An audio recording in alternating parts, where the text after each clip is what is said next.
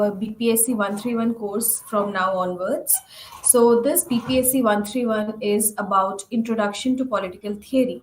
So in this entire course, we will be learning about what is politics and how political theories are important to run the government, and how it is very very important to run the state.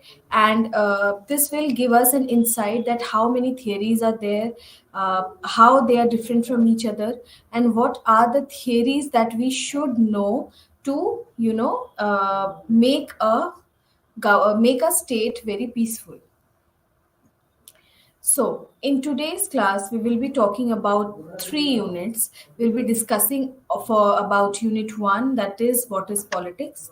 We will be learning about politics in this, that what is politics, how it evolved. In unit two, we will be learning about political theory. What are the different types of political theory?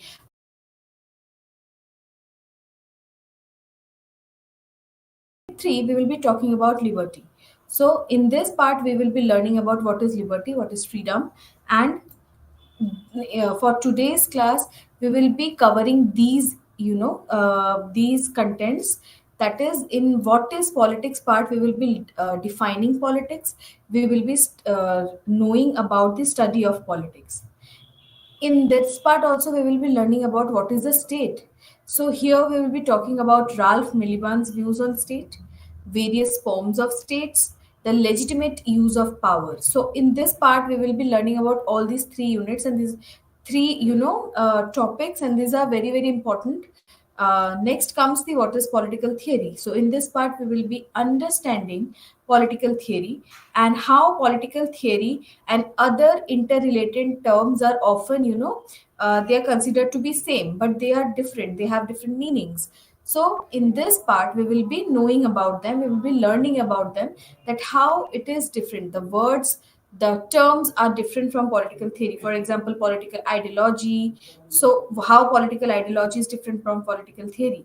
Many times we intermix all these terms. So here we will be knowing about these terms separately. So it will make us understand how it is different from each other. Next comes the approaches in political theory. What are the approaches? So here we will be talking about historical and normative approach, and empirical and contemporary approach. So this will also enhance our knowledge about political theory, how there are different types of theory that exist in politics. Next comes the liberty. So here we will be learning about the meaning of liberty. What does it mean?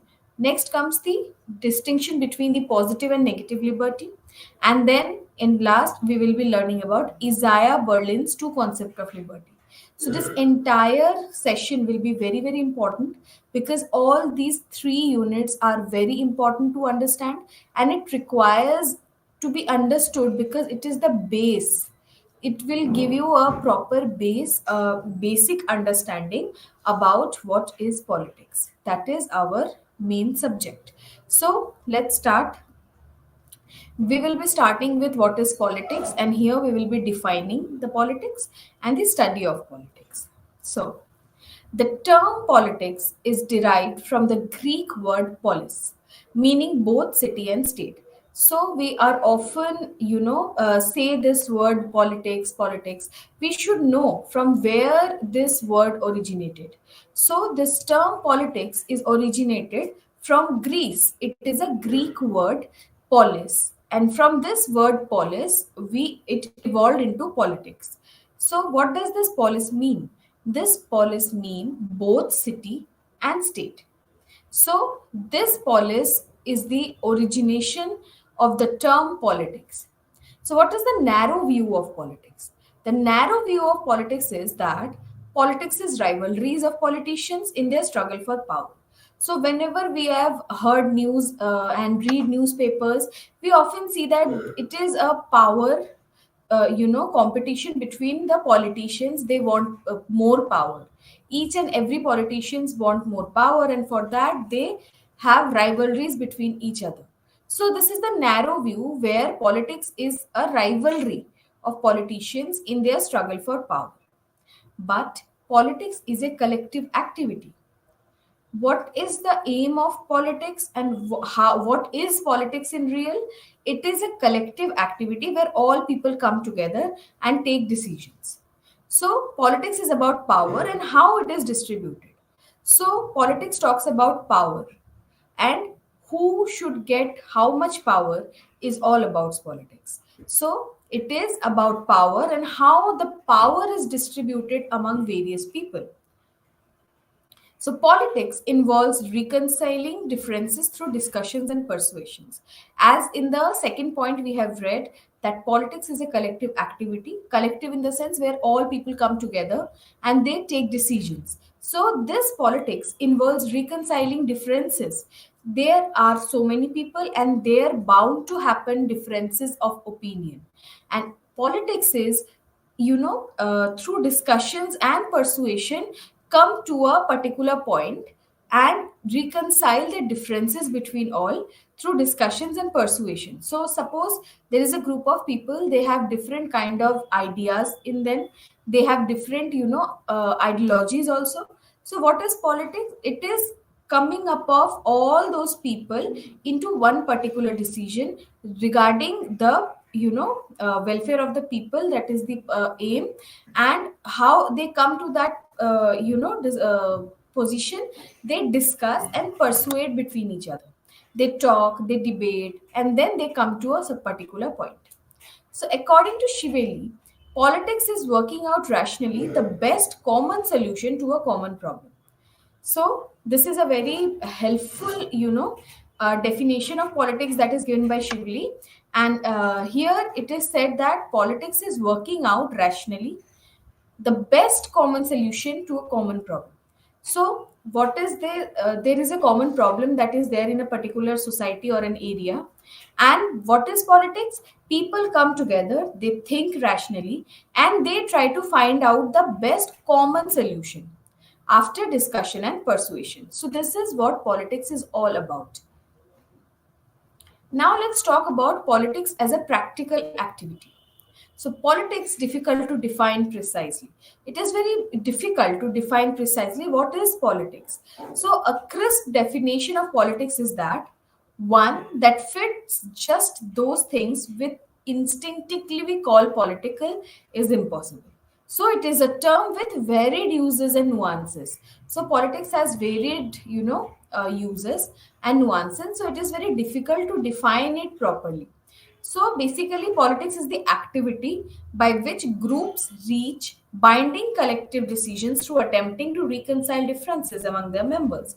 As we have already read in our previous slide, that it is a collective activity among people, among a group, when they take a collective decision by because collective decisions is important because they have to come to a particular common solution, and for that all the people with different ideas and ideologies, they sit together, they talk, they reconcile their differences, and this is how they come to a common solution to a common problem.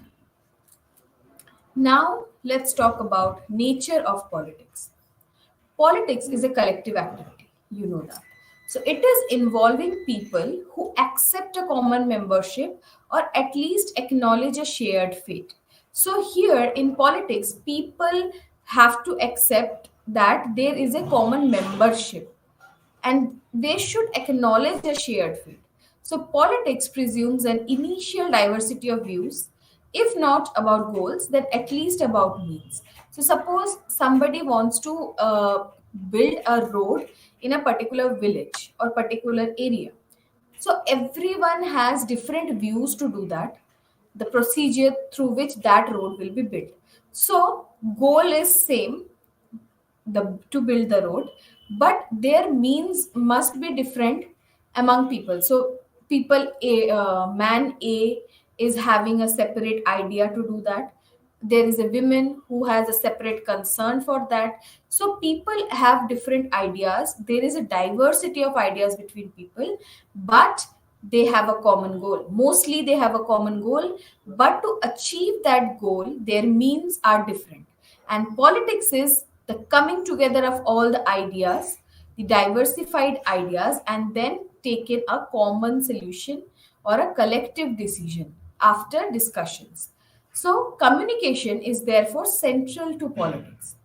So why communication? Because to in a situation where you are discussing, you wanted to achieve some goal, but you are not able to, you have different ideas. All people have different ideas. So here, communication, through communication, it is very very important to come to a particular solution. So political decisions became authoritative policy for a group, binding members to decisions that are implemented by force if necessary.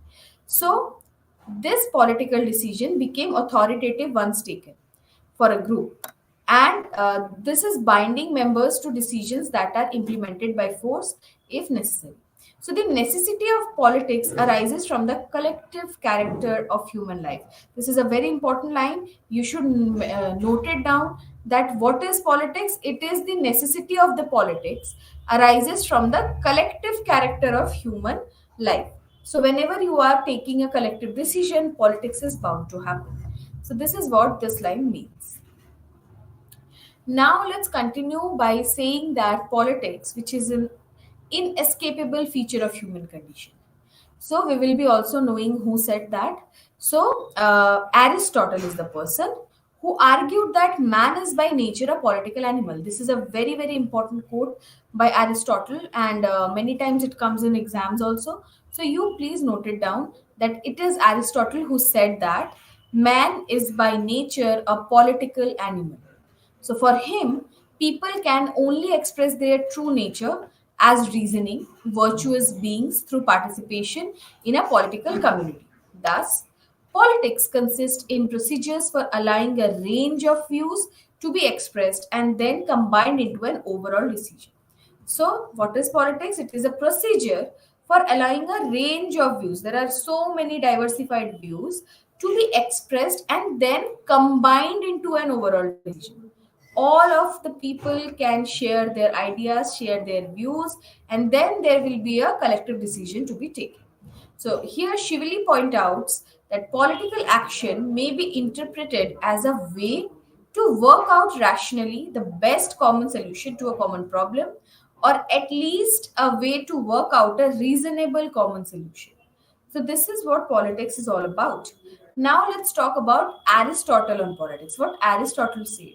So who is Aristotle? Aristotle is a Greek, a philosopher, a scholar, and he is often, said to be the father of political science. So he has a very important role to play in politics. So for Aristotle, politics is an inescapable feature of the human condition. Man by nature is a political animal. This is what Aristotle believed. And people can only express their true nature as reasoning, virtuous through participation in a political community. So Aristotle's ideas are this, that where he said that man is by nature a political animal, he is bound to involve in politics.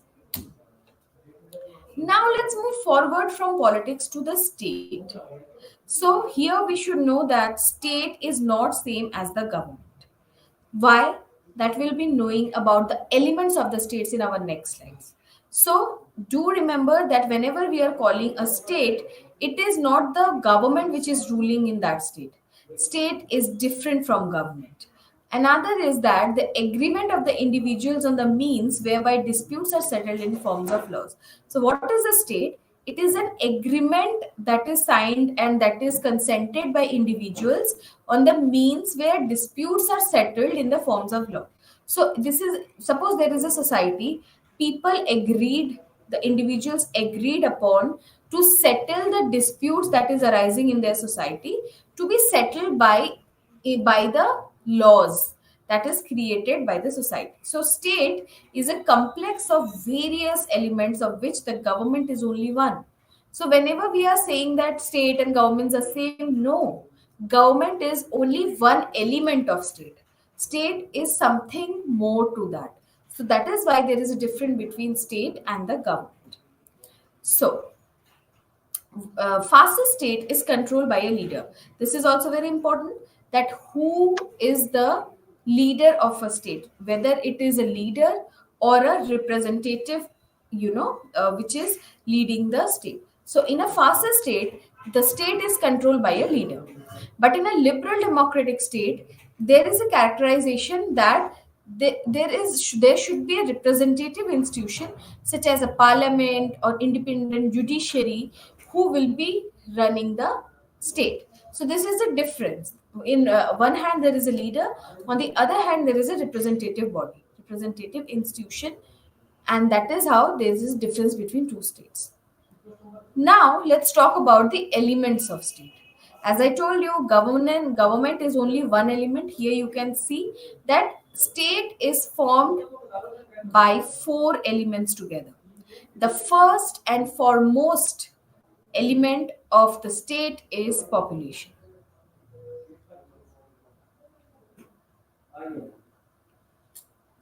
Population means if there is no population, there is no state. So, for state being called as a state, there should be population. Here, there is a concept of citizen and alien. So, who is a citizen? The person living in a particular territory.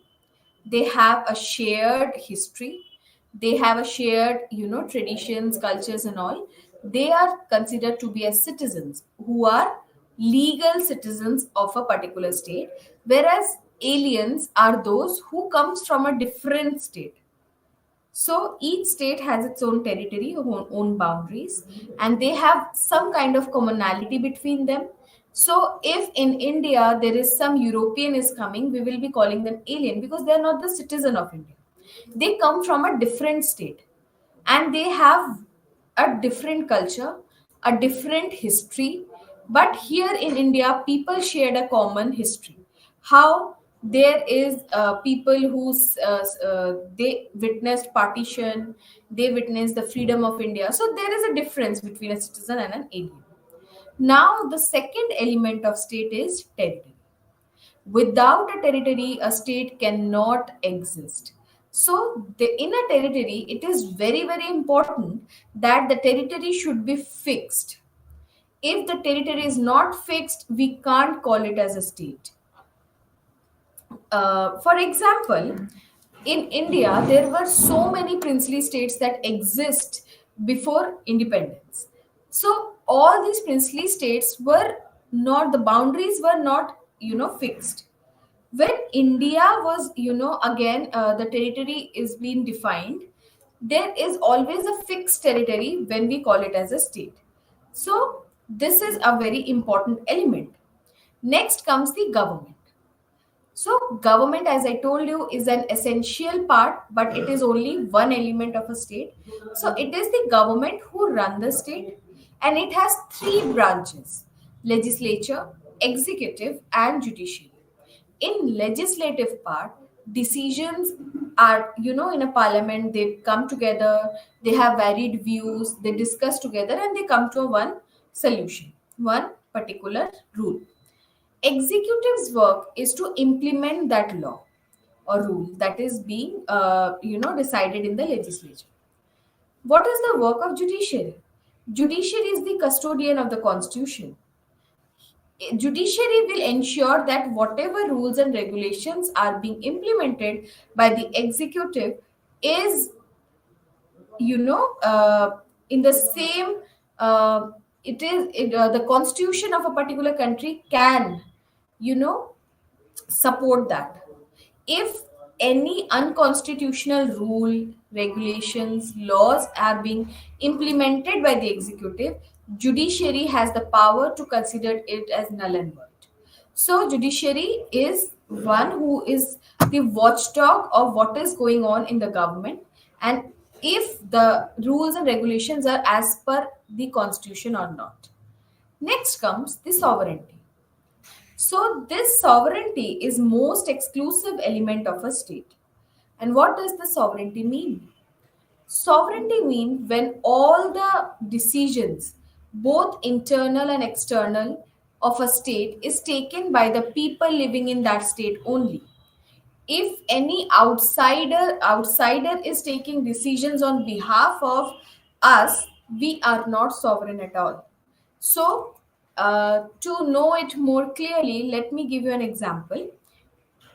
When India was not independent, when Britishers were ruling India, India was not a sovereign state. Why? Because all the external and internal decisions of us was taken by the Britishers. It was not us who was, taking the decision what to be done, what not to be done. But it was an outside power who is involved in taking decision in our country. That is why we were not sovereign. India became sovereign after independence because after that, all the decisions are taken by Indians only. So, this is a very, very exclusive element. Without sovereignty, you can't say that it is a state. So, this is an exclusive element of the state. Now, let's talk about Ralph Miliband's view on state. What Ralph Miliband is saying about state is very important to understand. So, in his book, The State in Capitalist Society, Miliband mentioned different elements which together constitute the state. So, according to Ralph Miliband, there are many elements which together forms a state. And where he mentioned these elements? In his book, The State in Capitalist Society. So, see what Miliband is saying. So, for Miliband, the first element of state is government. Without a government, state cannot function. Second is administrative element, that is the civil services or the bureaucracy. So civil services and bureaucracy is a part of executive who take decisions, who implement the laws.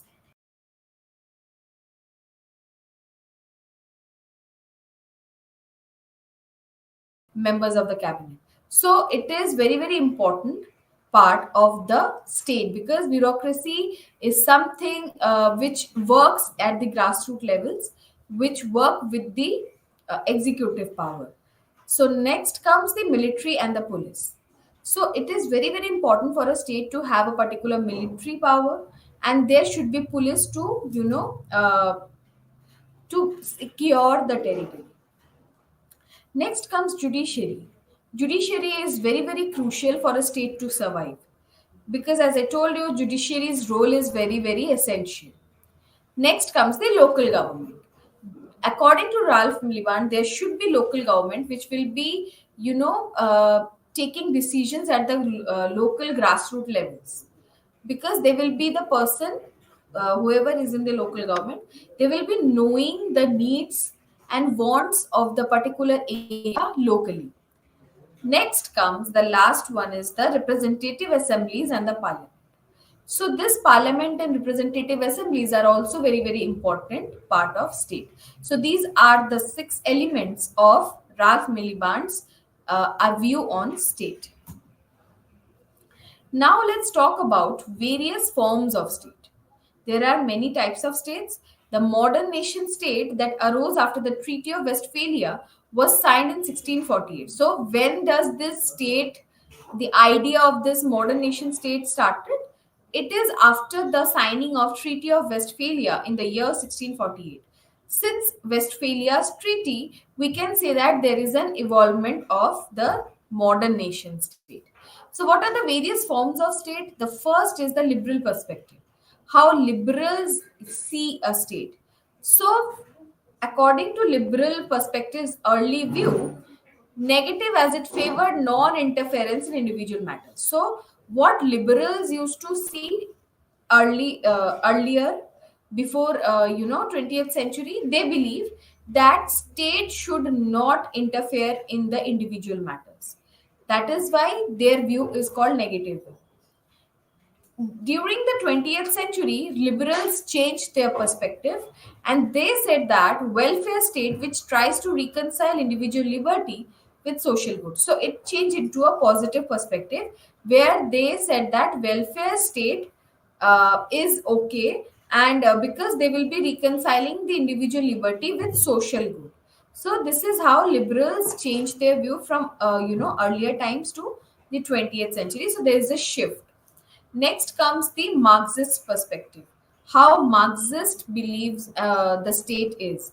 So Marxist rejects the idea that liberal perspective gives, and for them, for Marxist, state is an instrument of class. They believe that it is a tool in the hands of the dominant class in the society, and they want to establish a classless and stateless society. So according to Marx, there should not be any state, and they want a classless and stateless society through the proletarian revolution. Now let's come to see let's what feminists see state.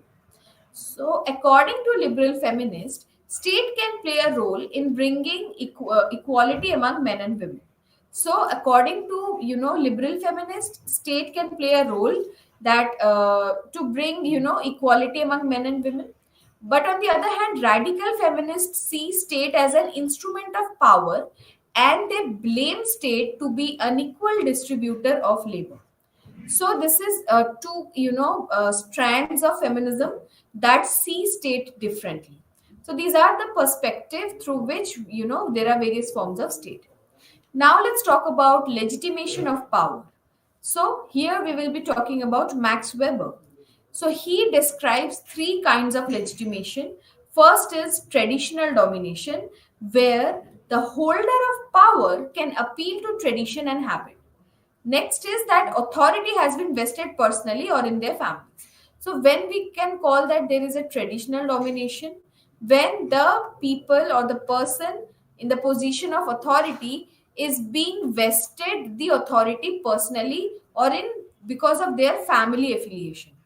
That is why it is known as traditional domination. As we can see, the Indian kings and rulers outside, so they have authority because of their family, their reputation, and they hold this power according to the traditions. Next comes the charismatic legitimation. In charismatic legitimation, a person with exceptional personal qualities, they displayed by the leaders. So here we can take example of Mahatma Gandhi. Because of his exceptional personal qualities, he is called sometimes as a charismatic leader. Even Jawaharlal Nehru is considered to be as charismatic leader. So this is how we can see that when a people is having an exceptional personal quality, he is considered to be powerful. Next comes the legal rational legitimation. This legal rational legitimation is authorized by specific rules to command in strictly defined spheres of action. So, who is powerful? Police is powerful. Why? Because there is a specific rule that gives power to the police and not us. So, this is how this can be defined. Now, let's move on to political theory. Here, we will be talking about political theory and other interrelated terms, how they are different from each other, and also we will be learning about the approaches in political theory. What are different approaches to study political theory? That will be our focus in our upcoming slides. Now, so political theory and other interrelated terms. So starting with political philosophy. What does political philosophy means? So political philosophy provides general answers to questions such as what is justice, concept of right, etc. So when we are getting general answers to a question such as what is justice, you know what is justice. So political philosophy answers that. And also, political philosophy is a part of normative political theory. This is very important point. And it attempts to establish interrelationships between the concepts. So this is what political philosophy is all about. Now, let's talk about political thought. Political thought is the thought of whole community. It can be in the form of political treaties, scholarly articles, speeches, government policies, and decisions. So, when there is a thought of whole community, we can call it as a political thought. Now, let's see what is political ideology. Political ideology is a systemic and all embracing doctrine. It is a systemic and it is all embracing. It tries to give a complete and universally applicable theory of human nature, society, along with detailed program of attaining it. And what are the political ideologies example? We can see Marxism, communism, Nazism, liberalism, etc. So these are political ideologies, which is a systemic one, and then they are all embracing. Now, let's see from where this term political theory arises. Political theory comes from two different words, polis and theoria. And both these terms are Greek terms. As I already discussed about polis, which is a Greek term, we will be seeing that theoria, the word theory comes from, that is also a Greek word. So, what does polis mean? Polis means city states. In Greece, in ancient Greece, there were various city states, which was a very small, place, areas, which is known as city state, and each city state has its own government, own way of ruling. So, polis means city states, and theoria means explanation of anything. When you try to explain about something, it is called as theoria in Greek and theory in English. Now, what does theory mean? Theory means an emotional thinking about a subject which tries to give a solution to the problem. This is a very important part of this session because here many students found it very difficult to understand what does theory mean. So it is a mean, theory is a mean, like theory means an emotional thinking about a subject which tries to give a solution to the problem. So using a theory, we try to find out a solution to a problem, and it includes description of facts, explanation, and also the historical awareness. So whenever we apply a theory, we should know that it includes the description of facts, explanation, and historical awareness. So political theory helps us to understand concepts that shaped our politics. So through learning the political theory, it will make us understand the concept that shaped our politics. So, anything from a plan to a piece of abstract knowledge can be described as a theory. So, suppose we are planning something, there is a piece of abstract knowledge, we can call it a theory. It involves the analytical study of ideas and doctrines that have been central to the political thought. So this is about theory. What does we mean by it? And it is very important part because we should know what we mean by theory, which is a very tough for students to understand. They often get confused among political theory, political ideology, political thought. They confused between all these terms. So this chapter helped us understand that all these things are different from each other and they have been used differently at different places. Now, let's see what are the distinctions of political theory. There are two strands. One is normative political theory and the other is empirical political theory. So, let's start with normative political theory first. So, the normative political theory is concerned with political values such as justice, liberty, equality, etc. So, ancient political philosophers like Plato, Aristotle, they talks about how to make a better government. How, like what is to be done to make a society better, to make a government better, is the concern of normative political theory when they see, when they want to, achieve an ideal form. Whereas, on the other hand, we have empirical political theory, which is concerned with political institutions and political behavior. So, normative political theory, they try to make a better how to make it, and empirical theory is what is there in present, how they are behaving currently, and not achieving something which is ideal in nature. Empirical theory is about what is currently happening and how people are behaving with each other. So, empirical political theory is concerned with political institutions and political behavior, whereas normative was about political values. And here we see that it is different. Empirical wants to know about the political institutions that is there. So, in modern times, empirical political theory deals with nature and structure of the government, how structure of the governments is performing, how people are politically behaving, what are the institutions are there. So this is all things that empirical political theory is concerned about. Now let's start with the approaches in political theory. What are the different approaches? It is very, very important. Each approach is different from each other. So starting with historical approach. So Sabine is a thinker who is one of the main exponent of historical conception. So who is the main exponent of historical approach? It is Sabine. Do note it down. It is very important. So, according to Sabine, there is a question such as what is the nature of political theory can be answered descriptively. How theory has responded to historical events and specific situation. This is also what Sabine says, and the historical consumption also contributes significantly to our normative vision. So, this historical approach is a part of normative strand. So, history of ideas may tell us that our social and political universe is a product of things whose roots lies in the past. So, whatever is happening today, we have a past, and we they all the answers are lies in the past. This is what historical approach believes, and Sabine is the main exponent of this conception. Next comes the normative approach.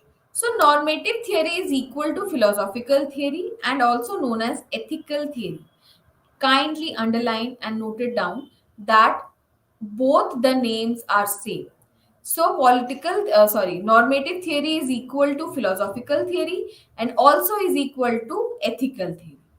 It is based on the belief that the world and its events can be interpreted in terms of logic, purpose, and ends with the help of theorist intuitions, reasoning, insights, and experiences. So, normative approaches concern are moral, and purpose is to build an ideal type. So, whenever we talks about a normative approach, it is something to achieve ideal type. The aim is to achieve that. So these theorists conceived utopia in the realm of political ideas through their powerful imagination. Utopia is an ideal place where we have to, reach. So this is a considered to be an ideal, powerful imagination where people want to reach. So normative theories do not realize that their urge to create absolute standard for goodness is not without pitfalls. So here normative theorists believe that there is goodness, but there are also pitfalls in it, and that is what normative theorists do not realize. Now comes the empirical approach. So, this empirical approach derives theories from empirical observation, and this emerged in the 20th century. Empirical political theory refuses to accord the status of knowledge to those theories which indulge in value judgment. So, empirical approach or empirical political theory, they negates the indulgence of value judgments, and they talks about value free theory to make the field of political theory more scientific and objective.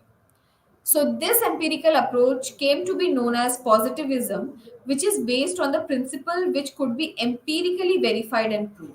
When there is no empirical verification could be done, it is not an empirical approach. And also, empirical approach is equal to positivism. This is also very important. Now, let's talk about contemporary approach. Contemporary approach emerged in the 1980s and 1990s, and it was a reaction against the established traditions. So, this contemporary approach is opposed to universalism and it critique grand narratives.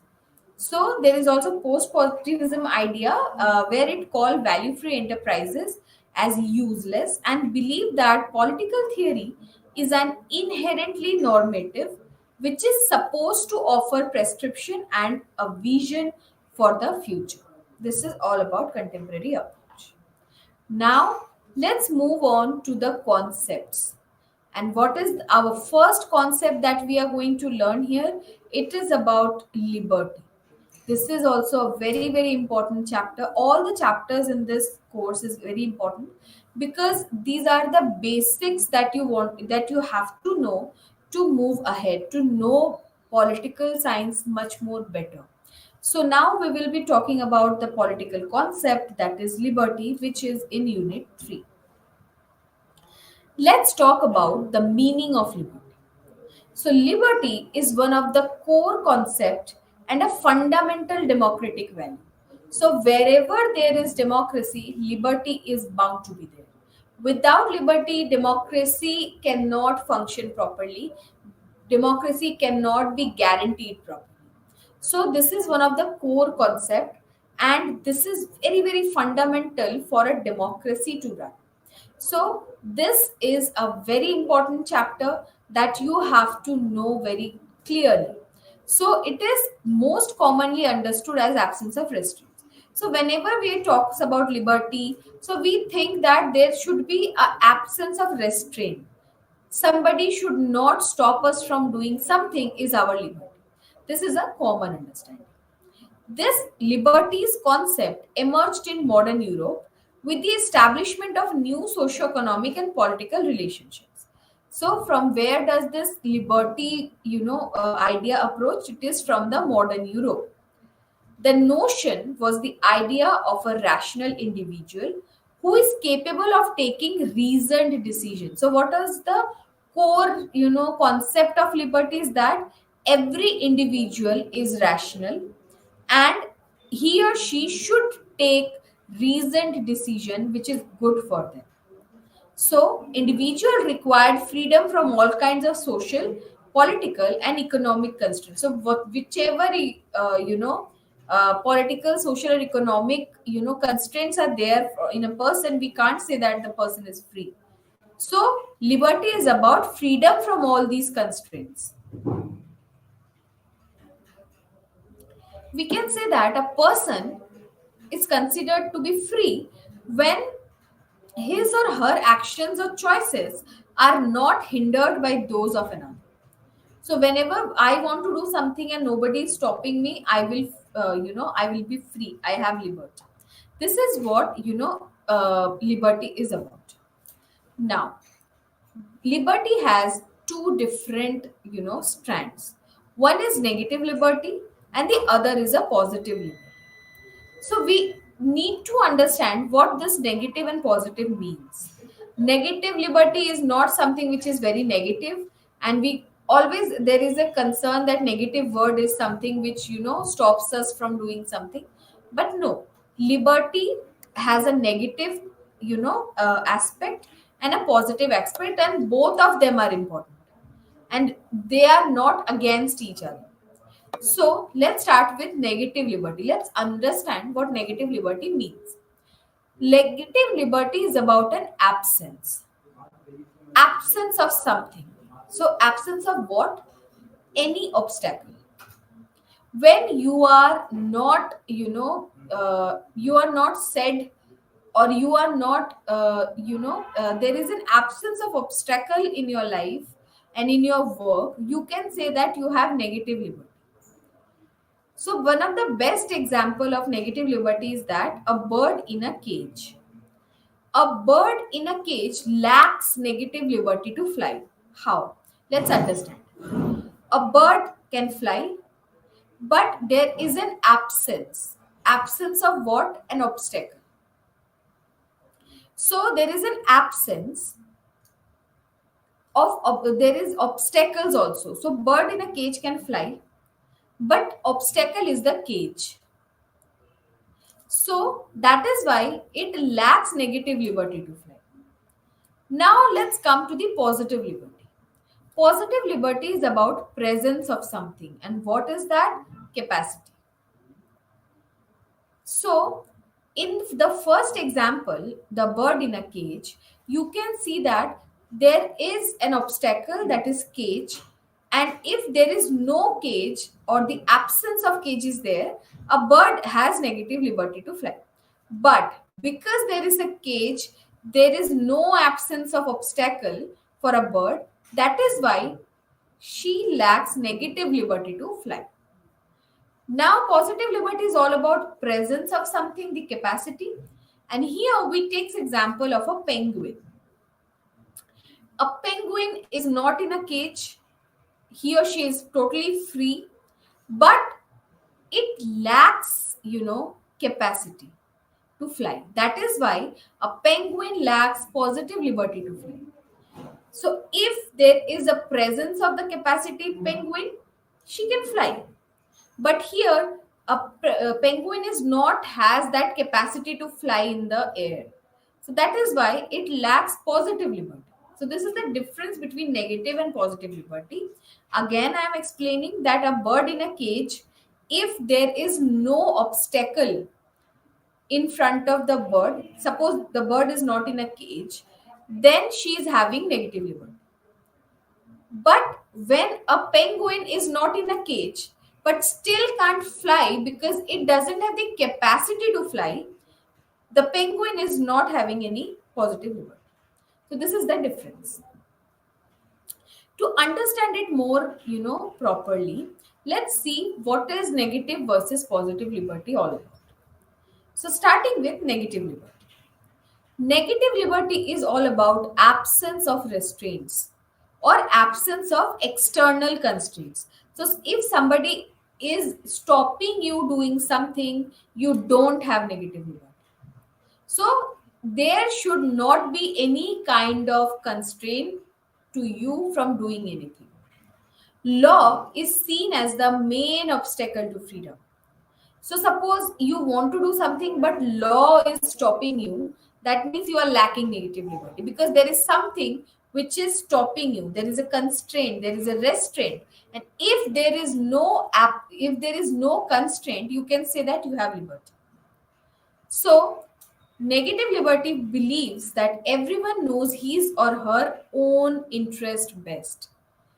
What should be done, I should know it better than anyone else in my family, in my friends group, my teachers. So, negative liberty believes that it is the individual who knows his or her interest best. So, negative liberty advocates a favored minimal state because they believe that there is no, very less need of state because each individual know what they should do. They have their own knowledge of their interest is different, so they know what is best for them. So, state should not decide the individual's end and purposes. State should not come and say that you should not sleep more. State should not come and say that you should, break the traffic rules. State should be very minimal because everyone knows that if they break the traffic, there is a possibility of accident. And that is why, because the person knows his or her interest, she or he will not jump the traffic. This is what negative liberty believes. It is about also freedom of choice. To choose implies that the individual can make unhindered and voluntary selection from a range of different options. So there should be different options, and the person should have freedom of choice. He or she can choose from all the options available, and there should not be any kind of hindrances while she or he is choosing something.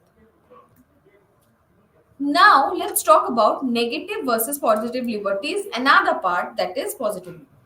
What is positive liberty? So, freedom as the expression of opportunities to express oneself is known as positive liberty.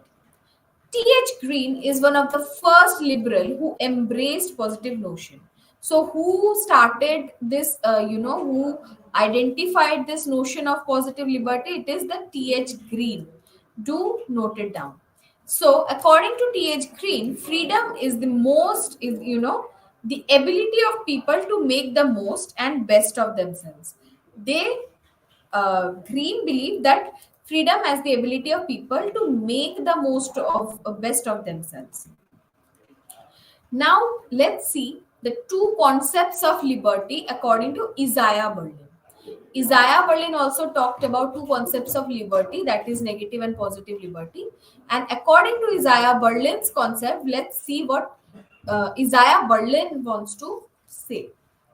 So, negative liberty, according to Isaiah Berlin, is when a person should be left alone. individual should be left alone with his or her decisions. Nobody should, interfere in that. Why? Because an individual, according to Isaiah Berlin, knows his or her interest best. I know what is good for myself, so I should not be hindered and I should not be, pressurized to do something. This is called negative liberty. Here, Berlin said that individual should be left alone from whom? He or she should be left alone from any public activities, private activities, and life goals. So here, Berlin said that there should not be any person who can act like an obstacle. So if I want to go for a, picnic, my parents, my teachers should not act as an obstacle. This is what negative liberty is that Berlin is talking about. So here, when he talks about person, it can be any government, any social norms, or any kind of tradition which can act as an obstacle in my own interest. So, in this negative liberty, what is the role of the state? What role should state, play? So, state can't decide for you and intervene. This is what negative liberty believes, that state can't decide on your behalf, and it should provide a legal framework where we can pursue our goals. So states only work is to provide legal framework where we can achieve what we want. Also, negative liberty is not about freedom to starve. If there is no state, there are many poor people who will be starving because they will not be getting any help from the state as a welfare, measures. So this negative liberty is not like that. That is, say that the people have freedom to starve. No, state intervention is not completely prohibited in negative liberty, but a very minimum role it can play.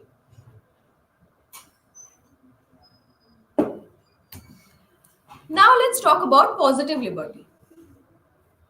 Positive liberty is about individual who is freedom to do what one should do. So positive liberty says that an individual is free to do whatever he or she wants, whatever he or she want to achieve, but not to, steal someone. Why? Because that individual should not steal. Okay. So also positive liberty said that a individual has freedom to become what one should become. So an individual is saying that I want to become a burglar, or I want to become a, uh, thief. That is not applicable and that is not acceptable according to positive liberty, because he or she should not become a thief. So you can become what you should become. Okay, this is what positive liberty is saying. Whereas on the other hand, negative liberty say that there should not be any kind of constraint what a person is doing, because person knows what is best for him or her. Okay, this is the difference between positive and negative liberty. So in positive liberty, there is a theory of self, and which is very important to understand, because this is the concept that is given by Isaiah Berlin. So positive liberty talks about theory of self, which is, divided into two parts. First is the higher self, the other is the lower self. So what is this higher self? Higher self is controlled by reason. Reason means when you think rationally, when you apply your logic in doing something, you are reasoning, So in higher self, a person is controlled by his or her reason, and freedom is called self mastery. When you use your freedom and you reason behind, there is a, reason behind doing something, you are guided by your higher self. On the other hand, when we talk about lower self, we are controlled by our desire and irrational. We are not using our rationality, we are not using logic, and we are guided by our desire. So when we take the example of a thief, a thief, according to Isaiah Berlin's Positive Liberty, a thief is guided by his or her lower self. Why? Because the thief is controlled by his desire to achieve more, desire to achieve something which is he should not do. So he is guided by his lower self. Okay. Also, when we take the example of smoking, a person who is smoking is guided by lower self. Why? Because it is desire, and he is acting irrationally, because if he uses his rationale, he knows that smoking is injurious to health, but he can't control his desire to smoke. That is why he is guided by his lower self, he or she. If he is or she is guided by his higher self, she will be knowing that smoking is not good for health, and that is the reason that will she will apply on that, and then she can master herself or himself. So this is the theory of self according to Isaiah Berlin in Positive Liberty. Next comes the role of state in positive liberty. So, in positive liberty, according to Isaiah Berlin, a role of state is very welcoming. State intervention is very much welcomed in positive liberty's idea. Why?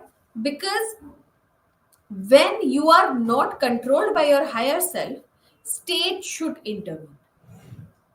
So, a person when he or she is smoking, the person is smoking, he or she is not guided by his higher self, because they are not using their reason, rationale and logic, and they, even knowing that smoking is injurious, they are still smoking because they are guided by their desire.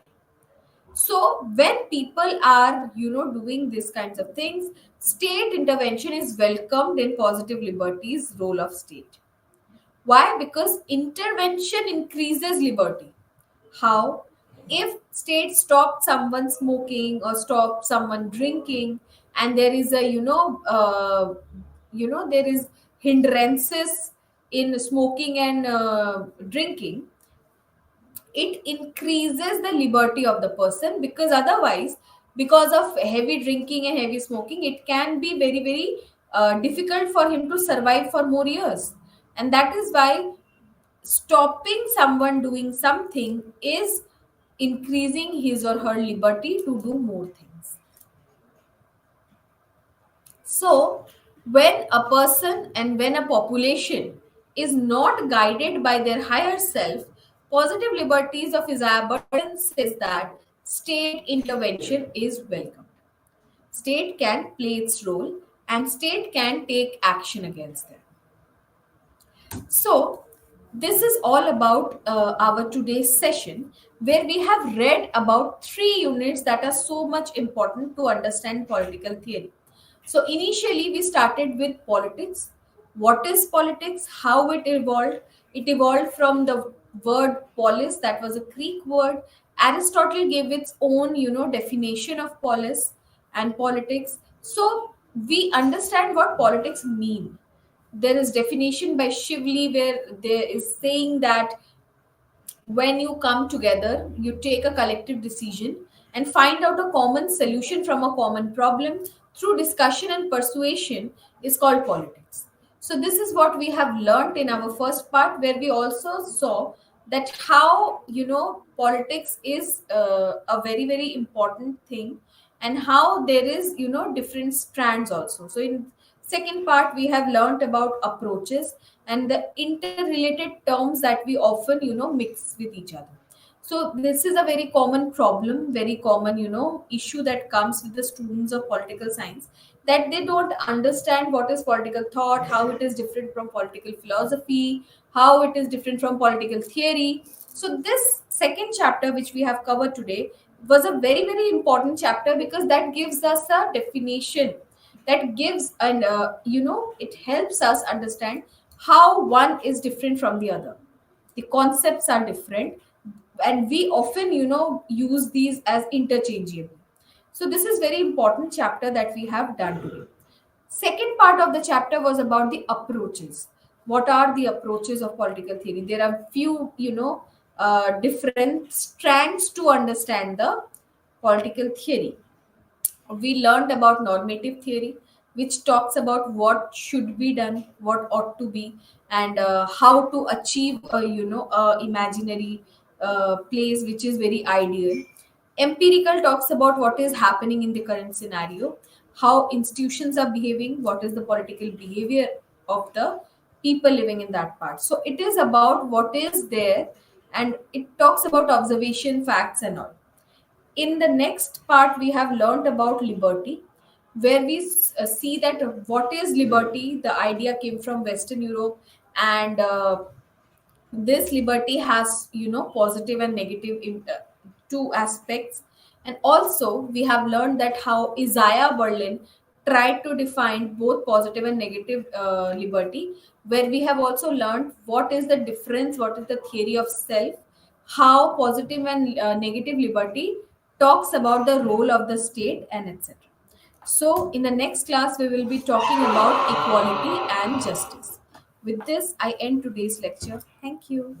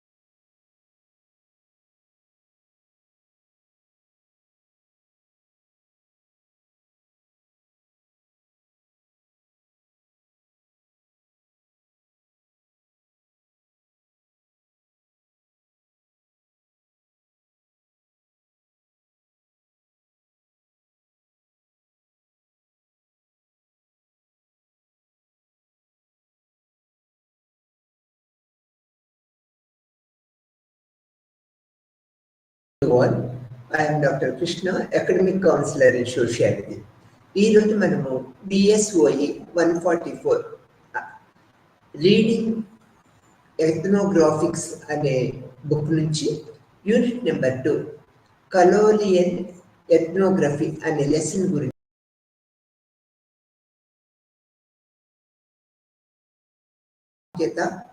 దీని మీద మానవ సమాజ శాస్త్రవేత్తలు మానవ శాస్త్రవేత్తలు అందరూ కూడా తన అభిప్రాయాలు ఏ విధంగా చెప్పారు, దీని ఆవశ్యకత ఏ విధంగా ఉండదు అనేది మనం ఇప్పుడు తెలుసుకుందాం అనమాట. ఈ తర్వాత ఆంథ్రోపాలజీ యొక్క క్రమశిక్షణ మరియు ఇతర సాంఘిక శాస్త్రము వారి చారిత్రాత్మక మరియు సామాజిక కండిషన్స్ అన్ని కూడా ఎథ్నోగ్రఫీలో మనం చూడగలుగుతూ ఉంటాం అనమాట. తర్వాత విస్తరిస్తున్న వలస పాలన యొక్క పరిపాలన అవసరాలకి ఎథ్నోగ్రాఫికల్ పద్ధతులన్నీ కూడా ఎంతో ఉపయుక్తంగా ఉంటాయి అనేది మనం తెలుసుకోవాల్సిన విషయం. ఈ విధంగా ఎథ్నోగ్రఫీ అనేది ఎంతో ప్రాచుర్యాన్ని పొందిందనేది మనము చెప్పుకోవచ్చు అనమాట. వలస పాలన వాసులు మన దేశానికి వచ్చిన తర్వాత ఇక్కడ ప్రజల యొక్క సామాజిక, ఆర్థిక, రాజకీయ పరిస్థితులని, వారి యొక్క సామాజిక విలువలు, ప్రమాణాలు, సాంస్కృతిక పద్ధతులను కనుక తెలుసుకోలేకపోయినట్లయితే వారు ఇక్కడున్న ప్రజల యొక్క మన్ననలను పొందలేరు అనమాట. కాబట్టి ఎథ్నోగ్రాఫికల్ మెథడ్స్ అనేవి ఎంతో యూస్ఫుల్గా ఉంటాయి అనేది ఈ వలస పాలకులందరూ గుర్తించి దీనికోసము అనేక రకాలైన పరిశోధనలు వారు చేస్తూ ఇతరులు ఈ పరిశోధనా పద్ధతులకి చేయటానికి ప్రోత్సాహాన్ని అందించారనేది మనం చెప్పుకోవచ్చు అనమాట. తర్వాత వలస పాలన యొక్క విస్తరణ మరియు ఏకీకరణలో తలెత్తిన పరిపాలనా సమస్యలు, వలస రాజ్యాల ప్రజలపై డేటా కొరత, వలస రాజ్యాల అధికారాన్ని కలిగి ఉన్నాయనేది గుర్తింపు పొందినది. పశ్చిమ ఐరోపాలోని మేధో వాతావరణము మరియు రాజకీయ మరియు ఆర్థిక పరిస్థితులు, సాంఘిక శాస్త్రాల అభివృద్ధి, ముఖ్యంగా మానవ శాస్త్రము మరియు సామాజిక శాస్త్రాల అభివృద్ధికి అనుకూలంగా ఉన్నాయి. భారతదేశంలో 2 విభాగాల పెరుగుదల, పాలకుడు, వలసవాదులు మరియు పాలించిన వారు. వీళ్ళందరినీ మనం పరిగణలోకి తీసుకున్నట్లయితే వలస రాజ్యాల మధ్య పరస్పర చర్య కూడా కారణమని చెప్పవచ్చు. వలస పాలన సజావుగా సాగేందుకు భారతీయ సంస్కృతిని గురించి పరిజ్ఞానము ఎంతో అవసరమని బ్రిటిష్ అధికారులు గ్రహించినప్పటి నుంచి సామాజిక శాస్త్రము మరియు మానవ శాస్త్రం యొక్క మూలాలు బలంగా ఏర్పడ్డాయనేది చెప్పుకోవాల్సిన విషయం. 1969లో బెంగాల్ మరియు బీహార్ గవర్నర్గా చేసిన హెన్రీ ప్రముఖ కుటుంబ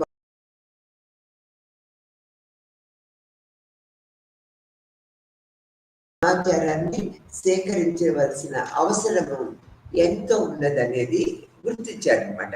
ఈ గుర్తించిన తర్వాత ఈ ఎథ్నోగ్రాఫిక్ పద్ధతులని ఆయన ప్రవేశపెట్టారు, అంటే పరిశోధన పద్ధతులను ప్రవేశపెట్టారు. ఈ యొక్క భారతీయుల సాంస్కృతిక పద్ధతులని పరిశోధనా పద్ధతుల ద్వారా తెలుసుకొని పరిపాలనా సౌలభ్యత కోసము ఇవి ఎంతో ఉపకరిస్తాయనే దృక్పథాన్ని ఏర్పరచుకున్నారు. బ్రిటిష్ అధికారులు, మిషనరీలు మరియు భారతీయ ప్రజల జీవితము మరియు సాంస్కృతికి సంబంధించిన సమాచారాన్ని సేకరించాలనంటే తప్పనిసరిగా ఎథ్నోగ్రాఫికల్ మెథడ్స్ ప్రముఖ పాత్ర వహిస్తూ ఉంటాయనేది మనము తెలుసుకోగలిగాము.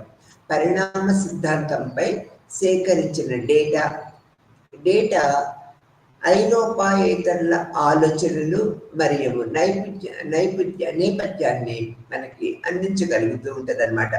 వివిధ ప్రాంతాలలో ఆదిమ సంస్కృతి అంతరించిపోవడానికి లేదా అభివృద్ధి చెందడానికి మరింత అధునాతక దశగా కూడా భావించడం జరిగింది. సామాజిక పరిణామ సిద్ధాంతాన్ని తత్వాలు అనుసరిస్తూ ఉన్నాయి. ప్రపంచంలోని ఒక్కొక్క భాగం నుంచి మరొక ప్రాంతంలోని సాంస్కృతిక లక్షణాల నుంచి మరొక భాగానికి వ్యాప్తి చెందుతూ ఉంటాయి అనేది కూడా అనేక ప్రక్రియ పద్ధతుల్లో మనం తెలుసుకోగలుగుతూ ఉన్నామన్నమాట.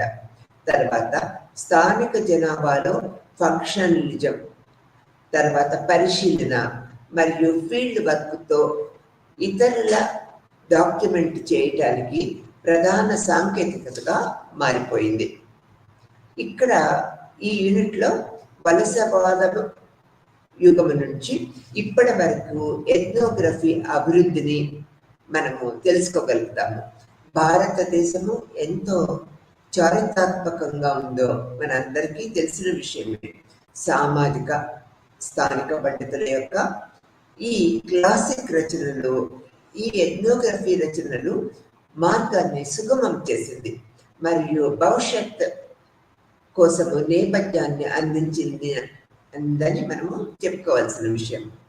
ఇక్కడ వలస జాతి ఎథ్నోగ్రఫీస్ యొక్క మూలము మరియు అభివృద్ధి ఒక అవలోకంగా మనం ఇప్పుడు తెలుసుకున్నాము.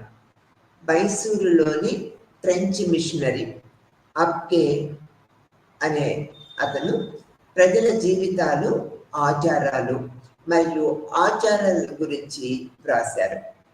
మరియు 1816లో హిందూ మర్యాదలు, ఆచారాలు, వేడుకలని ఈయన పరిశోధన చేసి ప్రచురించారన్నమాట.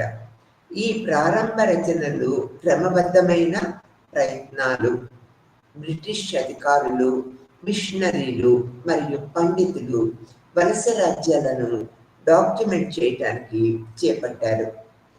1871లో బ్రిటిష్ అధికారులు భారతీయ సమాజం గురించి సమాచారాన్ని సేకరించేందుకు మొట్టమొదటి అఖిల భారత జనాభా గణన ప్రారంభించారు. ఇప్పుడు 1871లో. 1901లో సర్ హెర్బల్ రిస్లేవా భారతదేశంపై ఎథ్నోగ్రాఫిక్ సర్వే నిర్వహించి అనేక విషయాలు మనకు తెలియపరిచారు. అప్పటి నుంచి జనాభా గణన డేటా, జనాభా వివరాలు మరియు సామాజిక మరియు సాంస్కృతిక విశ్లేషణకి ఉపయోగకరమైన సమాచారాన్ని అందించే అమూల్యమైన సమాచార వనరులుగా బ్రిటిష్ పండితులు మరియు అధికారులు చేసిన ప్రయత్నాల కారణంగా మతపరమైన ఆచారాలు మరియు చట్టాలు అధ్యయనంతో కూడిన ఇండోలాజికల్ అధ్యయనాలు కూడా ప్రేరణ పొందాయనేది చెప్పుకోవాల్సిన విషయం. Sir William Jones British orientalist 1787లో ఆసియాటిక్ సొసైటీ ఆఫ్ బెంగాల్ అని స్థాపించి ఆ సంఘము మానవ శాస్త్ర ప్రయోజనాలకు అంకితమైన పత్రికను ప్రచురించి అనేక రకాల నూతన విషయాలని సమాజానికి అందించిందని చెప్పుకోవచ్చు అన్నమాట. 19వ శతాబ్దం నాటికి సర్వేల నుంచి తీసుకోబడిన డేటా, సాహిత్యము మరియు ఇతరమైన మూలాధారాలను పాశ్చాత్య విద్వాంసులు ఇండియా సమాజము గురించి వ్రాయడానికి ఉపయోగించారు. ఆ తర్వాత సర్ హెన్రీ మైన్ వైస్రాయ్ కౌన్సిల్లో న్యాయ సభ్యుడిగా ఉన్నారు. అప్పుడు భారతదేశాన్ని సందర్శించే ముందు ప్రాచీన చట్టము 1861లో ఈయన ప్రచురణకర్త అన్నమాట. అతని 2వ పుస్తకము communities in the east and west 1871లో ప్రచురితమైనది. తర్వాత ప్రచురించబడిన మరియు బ్రిటిష్ నిర్వాహకులు మరియు మానవ శాస్త్రజ్ఞులచే గిరిజన మరియు అదర్ కమ్యూనిటీలపై అనేక రకాలైన మోనోగ్రాఫ్లు వ్రాయబడ్డాయి. ఇక్కడ మానవ శాస్త్రవేత్తలు మరియు సామాజిక శాస్త్రవేత్తలు భారతదేశంపై ఆసక్తి కనపరిచారు అనేక మంది.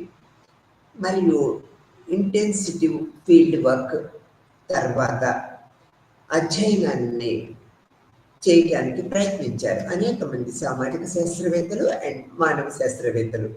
మరియు W.J. ఫెర్రీ సంపాదకత్వం వహించిన అతని మరణానంతరము రచన సోషల్ ఆర్గనైజేషన్స్ 1924లో ప్రచురితమైంది అనేది మనం గమనించవలసిన విషయం.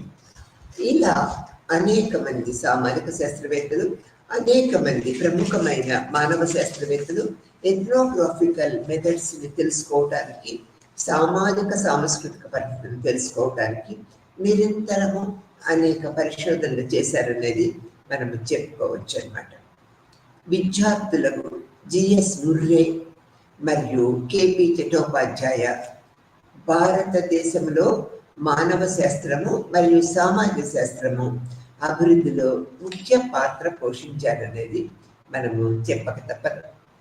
మరో ఇద్దరు భారతీయ పండితులు ఎస్సి రాయ్ మరియు అనంత కృష్ణ భారతదేశంలోని యొక్క కులాలు మరియు తెగలపై అనేక రకాల పరిశోధనా పత్రాలని సమర్పించారు, రచనలు కూడా చేశారు.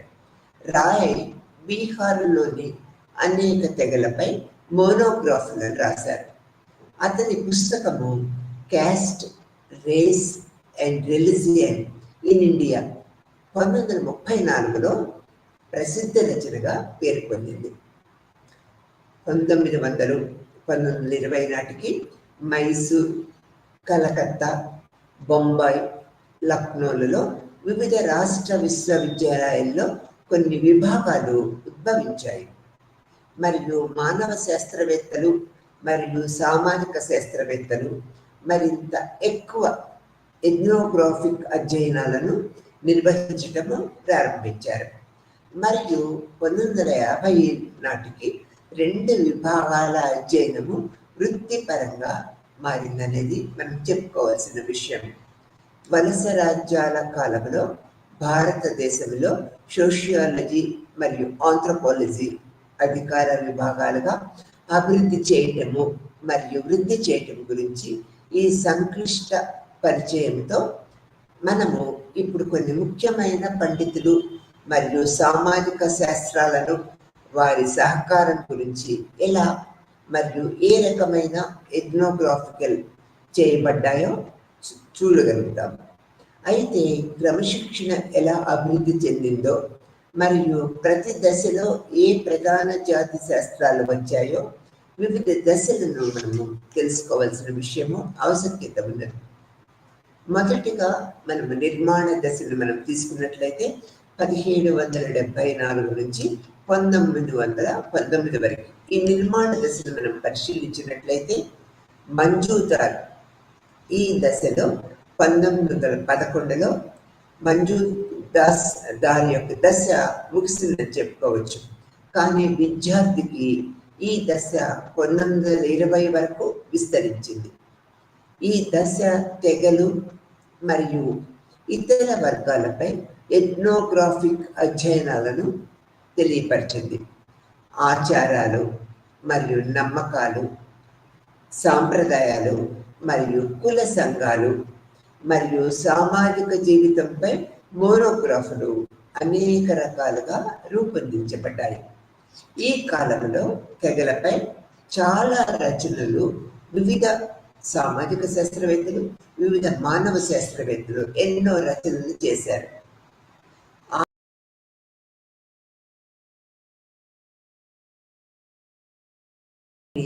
ప్రభావితం చేసిన శాస్త్రీయ పరిణామ సిద్ధాంతము ప్రయత్నించబడింది. అడ్మినిస్ట్రేటివ్ రిపోర్టులు మరియు ల్యాండ్ రెవెన్యూ నివేదికలు డాల్టన్ రచనల్లో ప్రతిబింబించేలాగా భారతదేశ గ్రామీణ సమాజం యొక్క వాస్తవికత చిత్రాన్ని అందిస్తూ వచ్చాయి. మరియు లార్డ్ బాడెన్ కూడా దీనికి ఎంతో దోహదం చేసి ప్రోత్సహించారనేది మనం చెప్పుకోవచ్చు. ఆ తర్వాత సర్ విలియం జోన్స్ ద్వారా 1774లో స్థాపించిన ఆసియాటిక్ సొసైటీ కూడా పత్రికలలో భారతీయ తెగల గురించి కథనాలను ప్రచురించటము ప్రారంభించింది. అనేక రచనలు ప్రచురించబడ్డాయి. ఇది ప్రాథమికంగా మానవ శాస్త్రవేత్తల కంటే బ్రిటిష్ నిర్వాహకులు మరియు మిషనరీలచే వ్రాయబడ్డాయనేది మనం ఇక్కడ తెలుసుకోవాల్సిన విషయం. Edward Dalton, Hope Risley, William Crooke, JJ Blunt, బుకానస్, సర్ ఎడ్వర్డ్ గ్రేట్ వంటి కొంతమంది ప్రసిద్ధ పండితులు, సర్ డెంజిల్ మరియు ఇతరులు భారతదేశంలోని ఇతర ప్రాంతాలలోని కులాలు మరియు తెగలపై రచనలు ఎన్నో పద్ధతుల్లో చేశారనేది మనము చెప్పుకోవాల్సిన విషయం.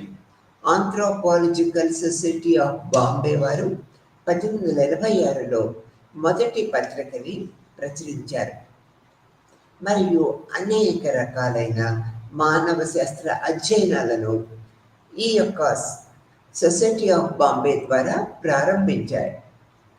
దేశంలోని వివిధ ప్రాంతాలలో మానవ శాస్త్రవేత్తలను నియమించారు. ఇది స్థానిక సమాజాలు మరియు సంస్కృతులపై జ్ఞానాన్ని అందించిందనేది మనం చెప్పుకోవాలి. వలస ప్రభుత్వాన్ని సులభతరం చేయటానికి మరియు అమలు చేయటానికి ఈ చట్టాలన్నీ కూడా వీలు కల్పిస్తాయనే అభిప్రాయానికి ప్రముఖులందరూ వచ్చారు. తర్వాత Herbert Risley, SC Roy, LK వంటి పండితులు, అనంతకృష్ణ అయ్యర్ భారతదేశంలోని వివిధ వర్గాలపై ఎథ్నోగ్రాఫిక్ రచనలను ప్రచురించడం ప్రారంభించారు. హెచ్హెచ్ రిస్లీ 1891లో తన ప్రసిద్ధ రచన tribes and caste of Bengal అని ప్రచురించారు. ఈ రచన ఎంతో ప్రాముఖ్యతని సంతరించుకున్నదనేది చెప్పుకోవచ్చు. ఈ ఇంకొక నిర్మాణ దశను మనం తీసుకున్నట్లయితే 1920 నుంచి 1949 వరకు నిర్మాణ దశ ఏ విధంగా ఉన్నదో ఇప్పుడు మనము పరిశీలించుకుందాం. 1920లో కలకత్తా విశ్వవిద్యాలయంలో పూర్తి స్థాయి ఆంథ్రోపాలజికల్ విభాగము స్థాపించబడింది. యూనివర్సిటీలో చేరిన అనంతకృష్ణన్ అయ్యర్ ఎర్నాకులం యొక్క తెగ మరియు కులముపై మోనోగ్రాఫ్లను ప్రచురించారు. అతను 1914లో ఇండియన్ సైన్స్ కాంగ్రెస్లో కొచ్చిన్ రాష్ట్రము మరియు మలబారులోని నంబుతరి బ్రాహ్మణుల వివాహ ఆచారాలపై ఒక పత్రాన్ని సమర్పించారు. ఎస్సి రాయ్ గిరిజన జనాభాలో పనిచేసిన మొదటి భారతీయ జాతి శాస్త్రవేత్తగా ఎస్సి రాయ్ని మనము ప్రముఖంగా చెప్పుకోవాల్సిన విషయం అన్నమాట. ఎందుకంటే ఇతను ఎంతో గిరిజనుల జీవితాల మీద పరిశోధన పద్ధతులని చేశారనేది మనం చెప్పుకోవాల్సిన విషయం. చోటా నాగపూర్ మరియు మోనోగ్రాఫ్ ముండా మరియు వారి దేశము 1912లో రూపొందించారు. 1912లో రూపొందించారు. 1921లో ఎస్సి రాయ్ సంపాదకత్వంలో మ్యాన్ ఆఫ్ ఇన్ ఇండియా అనే ప్రింట్ జర్నల్ ప్రారంభించబడింది. డిఎన్ మంజుదార్ రచనల వంటి అనేక మంది భారతీయ మానవ శాస్త్రవేత్తలు అనేక రచనలు ఈ యొక్క మ్యాగజైన్కి అందించారు. చటోపాధ్యాయ, కార్వే మరియు టిసి దాస్ సామాజిక సమస్యలపై అనేక పత్రాలను రాశారు. ఈ శాస్త్రవేత్తలందరూ భారతదేశంలో మానవ శాస్త్రానికి అవసరమైన ప్రోత్సాహాన్ని డిఎన్ మంజుదార్చే ది చేంజింగ్ హోప్, మైసూరులో వివాహము మరియు కుటుంబము, మర్లీస్, MN Srinivas, Hindu methods of tribal abortions, ఈ యొక్క రచనలన్నీ కూడా ఆ టైంలో ప్రముఖ పాత్ర వహించాయని చెప్పుకోక తప్పదన్నమాట. జిఎస్ ముర్రే వంటి అనేక మంది మానవ శాస్త్రవేత్తలు విదేశాలలో విద్యను అభ్యసించి తరువాత వారు క్రమశిక్షణకు గణనీయంగా సహకరించారనేది చెప్పుకోవచ్చు. ఎల్విన్ మరియు క్రిస్టోఫర్ వాన్, ప్యూరర్ హైమెండాల్స్ వంటి అనేక మంది విదేశీ పండితులు భారతీయ తెగలపై అధ్యయనాలకు చేయడానికి సహకారాన్ని అందించారు. ఇక్కడ ఎల్విన్ యొక్క మధ్యప్రదేశ్ మరియు ఒరిస్సా తెగల మధ్య అతను కొన్ని ప్రసిద్ధ రచనలను రూపొందించారు. అవి ది బైగా, ది అగారియా మరియు ది మూరి మరియు వారి హోతుల్. ఆస్ట్రేలియన్ ఎథ్నోలోజిక్ అయిన హైమెండాల్ఫ్ భారతదేశంలో దాదాపు 4 దశాబ్దాలు ఇక్కడ జీవించారు మరియు కొన్ని ప్రసిద్ధ ఎథ్నోగ్రాఫికలను రూపొందించారు మరియు నిర్మించారు కూడా. అవి the Chenchus jungle folk of Deccan 1943లో, ఆదిలాబాద్ రాజ్గోండులు మిత్ అండ్ రిచువల్ 1948లో, the Reddis of the Bison Hills a study of acculture 1945లో. ఈ ఎథ్నోగ్రాఫిక్ అధ్యయనాలు మానవ శాస్త్రవేత్తలు మరియు సామాజిక శాస్త్రవేత్తలలో ప్రసిద్ధి చెందాయనేది మనము ఇక్కడ గ్రహించవలసిన విషయం. స్వాతంత్రం తర్వాత విశ్లేషాత్మక దశలో అనేక మంది భారతీయ పండితులు లూయిస్, మోరిస్, బెయిలీ, మారియట్, లేది డి బెర్లెమెన్ మరియు డేవిడ్ వంటి విదేశీ పండితులతో కలిసి అనేక పరిశోధనలు చేశారన్నమాట.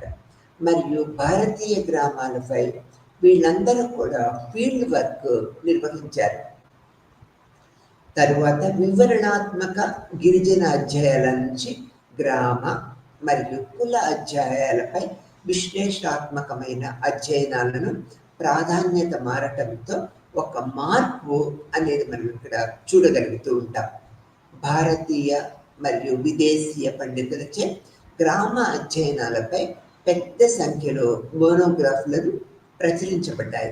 ఆ కాలంలో LP Vidyarthi, SC Dube, DN Majumdar, MN Srinivas, BK Roy Burman, DK Ghurye, NK Bose, TN Madan, Irawati Karve అందరూ కూడా గ్రామము మరియు సమాజ అధ్యయనాలకు గణనీయమైన కృషి చేసిన భారతీయ పండితులుగా మనము చిరస్మరణము చేసుకోవాల్సిన విషయం. 1960వ దశలో సెన్సస్ ఆఫ్ ఇండియా 1961 ద్వారా గ్రామ అధ్యయన మోనోగ్రాఫ్లు పెద్ద సంఖ్యలో ప్రచురించబడ్డాయి. ఈ అధ్యయనాలు కొత్త ఆలోచనలు మరియు భావాలను రూపొందించాయి. ఇవి భవిష్యత్తుకు అధ్యయనాల ఆధారాన్ని, పవిత్ర విద్యార్థి యొక్క పద్ధతులను మనకు అందించాయి. ఉదాహరణకు తీసుకున్నట్లయితే 1961లో the sacred complex of Hindu Gaya ప్రసిద్ధ వర్క్ కాంప్లెక్స్ భావనను మనకి అందించింది. బీహార్లోని ప్రసిద్ధ హిందూ మత పుణ్యక్షేత్రమైన గయాలో తమ పరిశోధనలో ఈ ప్రదేశము విభిన్న వ్యక్తులు మరియు సాంప్రదాయాలు, వివిధ కులాలు మరియు వర్గాలు మరియు వివిధ తరగతుల సమావేశ స్థలాన్ని మనకి అందించింది అన్నమాట.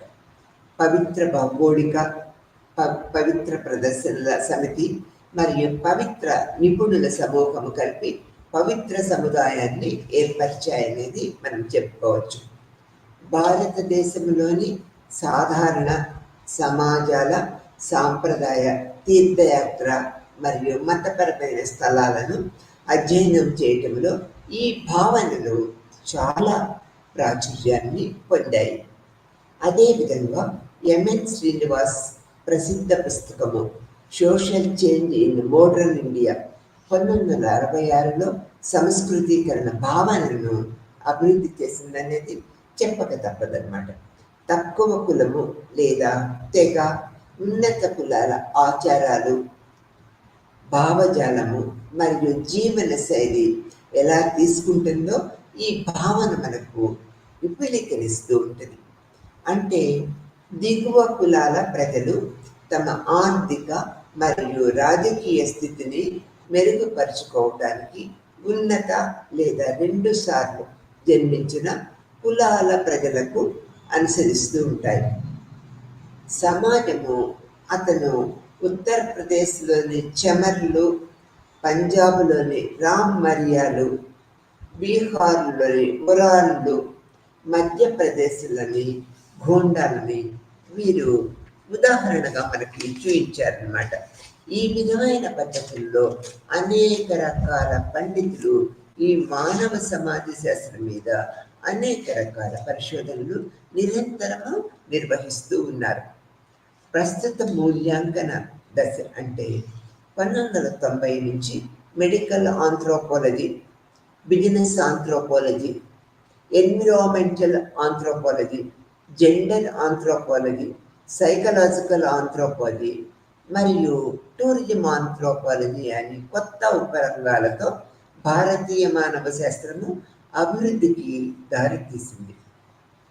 కొంతమంది ఎథ్నోగ్రాఫర్ల వివరణ మరియు అధ్యయనాలు చాలా వలసవాద జాతి శాస్త్రాలను ఏర్పరచబడ్డారు. జాబితా పూర్తి కానప్పటికీ ఆంథ్రోపాలజీ మరియు సోషియాలజీలో ప్రతి విద్యార్థి ఈ పండితుల గురించి మరియు వలస రాజ్యం కాలం నుంచి వారి పని గురించి కూడా మనము క్షుణ్ణంగా తెలుసుకోవాలి.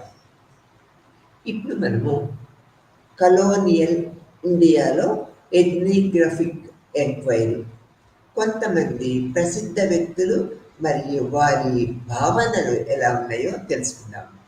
ముందుగా మనము హెర్బర్ట్ రిస్లే, ఇతను 1851 నుంచి 1911 వరకు ఈ రంగంలో ఎంతో ప్రసిద్ధి పొందారు.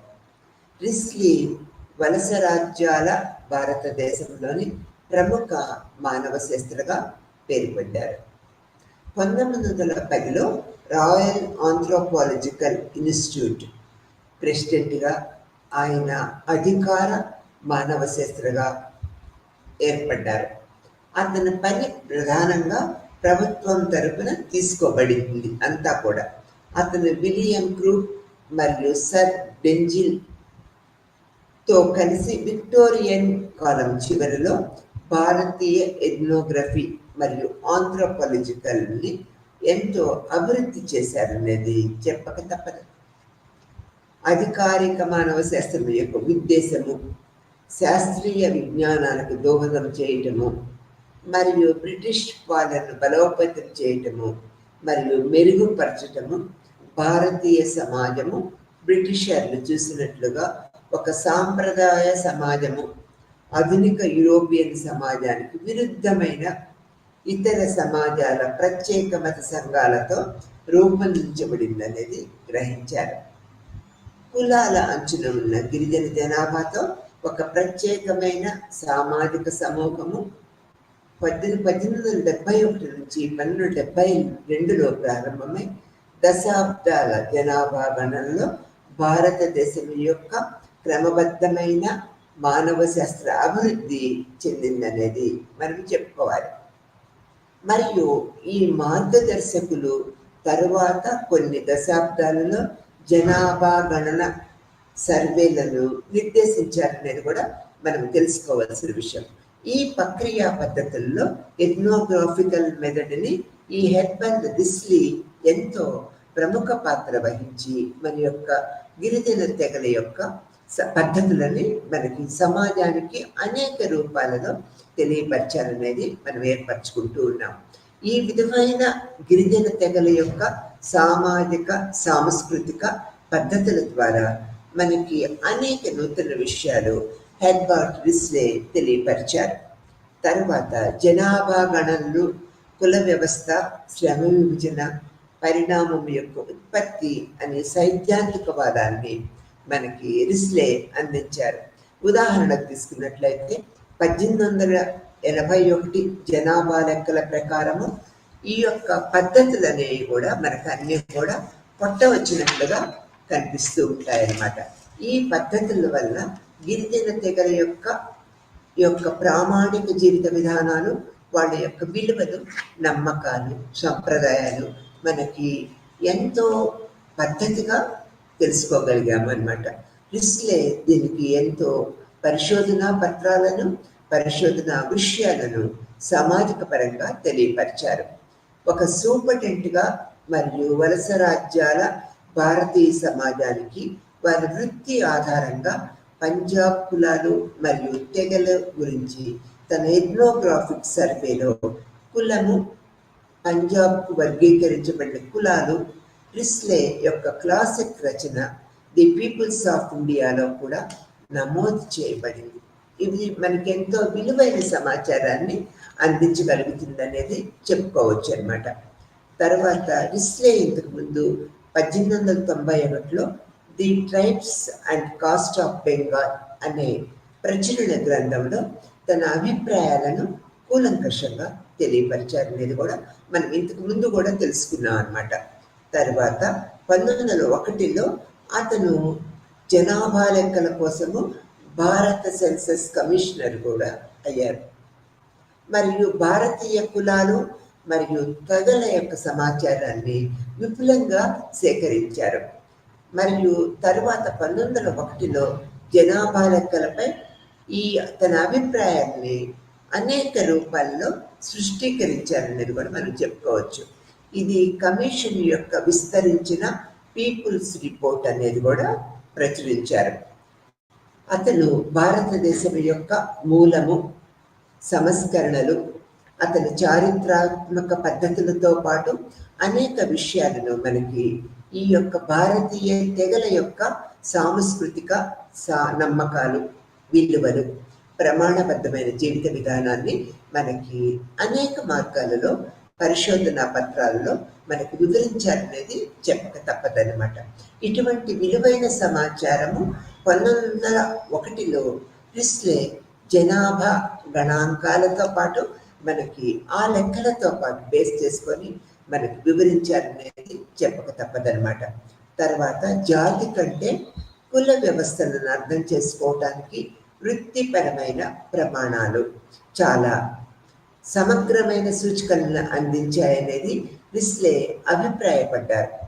మరొక ప్రసిద్ధ పండితుడు తర్వాత ఎగ్నార్, మద్రాస్ మ్యూజియం డైరెక్టరు, 1885 నుంచి 1908 వరకు ప్రిస్లీగా ఆంథ్రోపోమెటిక్ పై సాధారణ ఉత్సాహాన్ని కలిసి పంచుకున్నారనేది మనం ఇక్కడ గ్రహించవలసిన విషయం.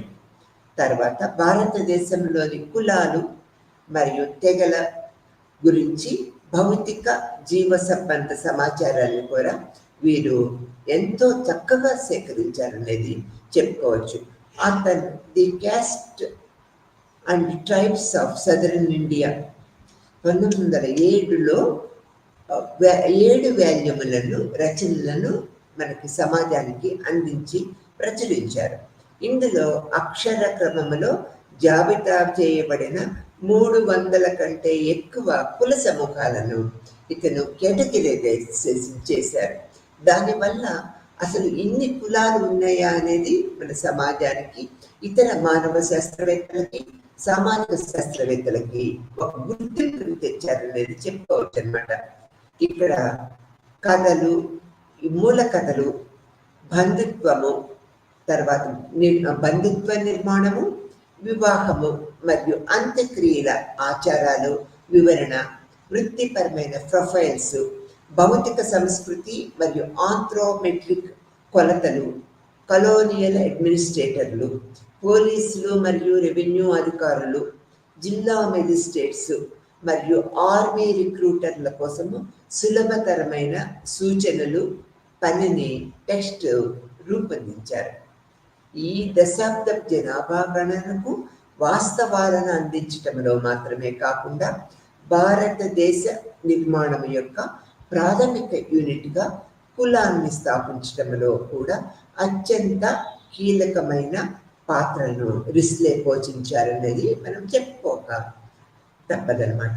రిస్లే ఈ తెగల గురించి అనేక రకాల కృషి చేసి జనాభా గణన, వీరి యొక్క సాచార సాంప్రదాయాలు, వివాహం దగ్గర నుంచి ఈ యొక్క కర్మకాండల వరకు, ఈ యొక్క అంత్యక్రియల వరకు ఏ విధమైన సామాజిక పద్ధతులు ఏర్పరచబడ్డాయనేది మనకు తెలియపరిచారు. తర్వాత మనము ఇంకొకళ్ళకి తీసుకున్నట్లయితే క్రిస్టోఫ్ వ్యాన్, తర్వాత హైమెండోస్.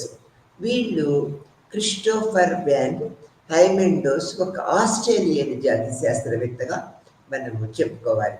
అతను భారతదేశంలో 4 శతాబ్దాలు 42 సంవత్సరాలు ఇక్కడ జీవితాన్ని కొనసాగించి అనేక రకాల విషయాలను విశ్లేషించారనేది చెప్పుకోవచ్చు అనమాట.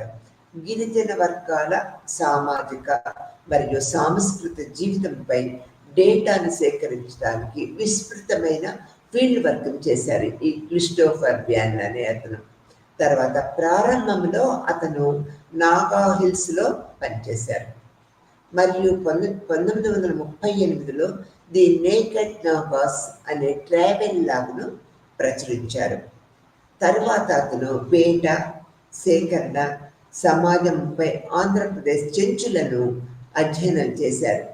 అతను వారి సామాజిక జీవితాన్ని విపులీకరించారు మరియు వారి సమస్యలను తన పుస్తకము the Chenchus jungle folk of Deccan అనే బుక్లో అతి విపులంగా వివరించారు.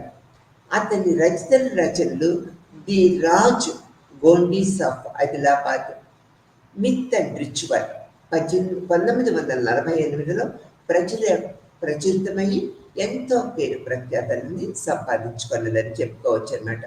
అతను వారి సమస్యలను కూలంకషంగా వివరించారన్నమాట. సంక్షేమ చర్యలను సిఫార్సు చేశారు. తర్వాత ప్రత్యేక అభివృద్ధి కార్యక్రమాలను ఏ విధంగా చేసినట్లయితే వారి జీవిత విధానాలు మెరుగుపడతాయనేది మనకి సూచించారు. అనేక రకాల సూచనలు చేశారు. అతను అరుణాచల్ ప్రదేశంలోని అపటానీలపై విస్తృతంగా అధ్యయనం చేశారు మరియు వారు బాగా చదువుకున్నారని మరియు వారి అభివృద్ధి దశను చూసి ఇతను ఆశ్చర్యపడ్డారు, ముగ్ధులయ్యారనేది కూడా మనం తెలుసుకోవచ్చు. ఈ విధంగా భారతదేశంలోని తెగల అధ్యయనంలో తన అనుభవాల ఆధారంగా అతను ఐసోలేషనిజం ఆలోచనలు ప్రతిపాదించారు.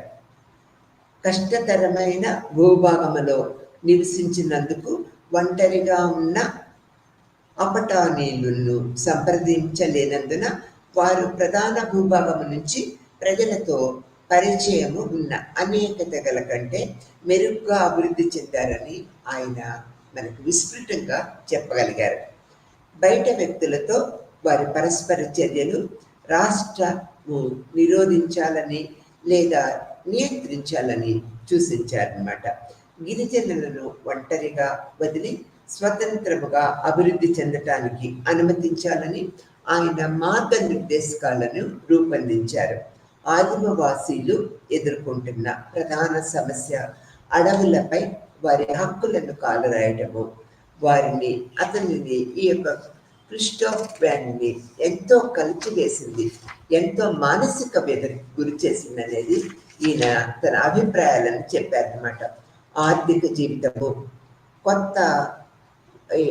కొత్తగా వారి భూములను లాక్కోవటము మరియు మైదాన ప్రాంతాలలో ప్రజల గిరిజన జీవితానికి అంతరాయం కలిగిస్తున్నారు అనేది గ్రహించారు. అతను నేపాల్ తెగలపై కూడా పరిశోధన చేశారు మరియు school of oriental and African studies London నుంచి ప్రొఫెసర్గా పదవి విరమణ చేశారు. ఇతను తన వివరణాత్మక ఎథ్నోగ్రాఫిక్ మరియు మానవ శాస్త్రానికి కృషి చేసిన వారిలో ఇతర దేశస్తుల్లో ఇతను చాలా ప్రసిద్ధి చెందారనేది మనము చెప్పక తప్పదు. ఆ తర్వాత జిఎస్ ముర్రేని మనం తీసుకున్నట్లయితే ఇతను ఇండియన్ మానవ సమాజ శాస్త్రవేత్త, తర్వాత సామాజిక శాస్త్రవేత్త, ఎంతో ప్రముఖమైన పేరును సంపాదించుకున్నారు. ఇతను 1893 నుంచి 1984 వరకు తన యొక్క పీరియడ్లో ఈ సమాజ శాస్త్రానికి, మానవ సమాజ పరిస్థితులకి ఎంతో అధ్యయనం చేసి అనేక రకాల నూతన విషయాలను మనకు తెలియపరిచారు. జిఎస్ ముర్రే వలస రాజ్యాల కాలంలో మరియు తరువాత కూడా భారతీయ సమాజ శాస్త్రం గురించి వ్రాసిన అత్యంత ప్రభావవంతమైన భారతీయ విద్యావేత్త. అతను పిహెచ్డి చేశారు. తర్వాత రివర్స్ మరియు ఏసీ హార్డన్ల పర్యవేక్షణలో సామాజిక మానవ శాస్త్రంలో కేంబ్రిడ్జ్, తర్వాత అతను 1924లో బాంబే యూనివర్సిటీలో సోషియాలజీ విభాగానికి అధిపతి అయ్యారు.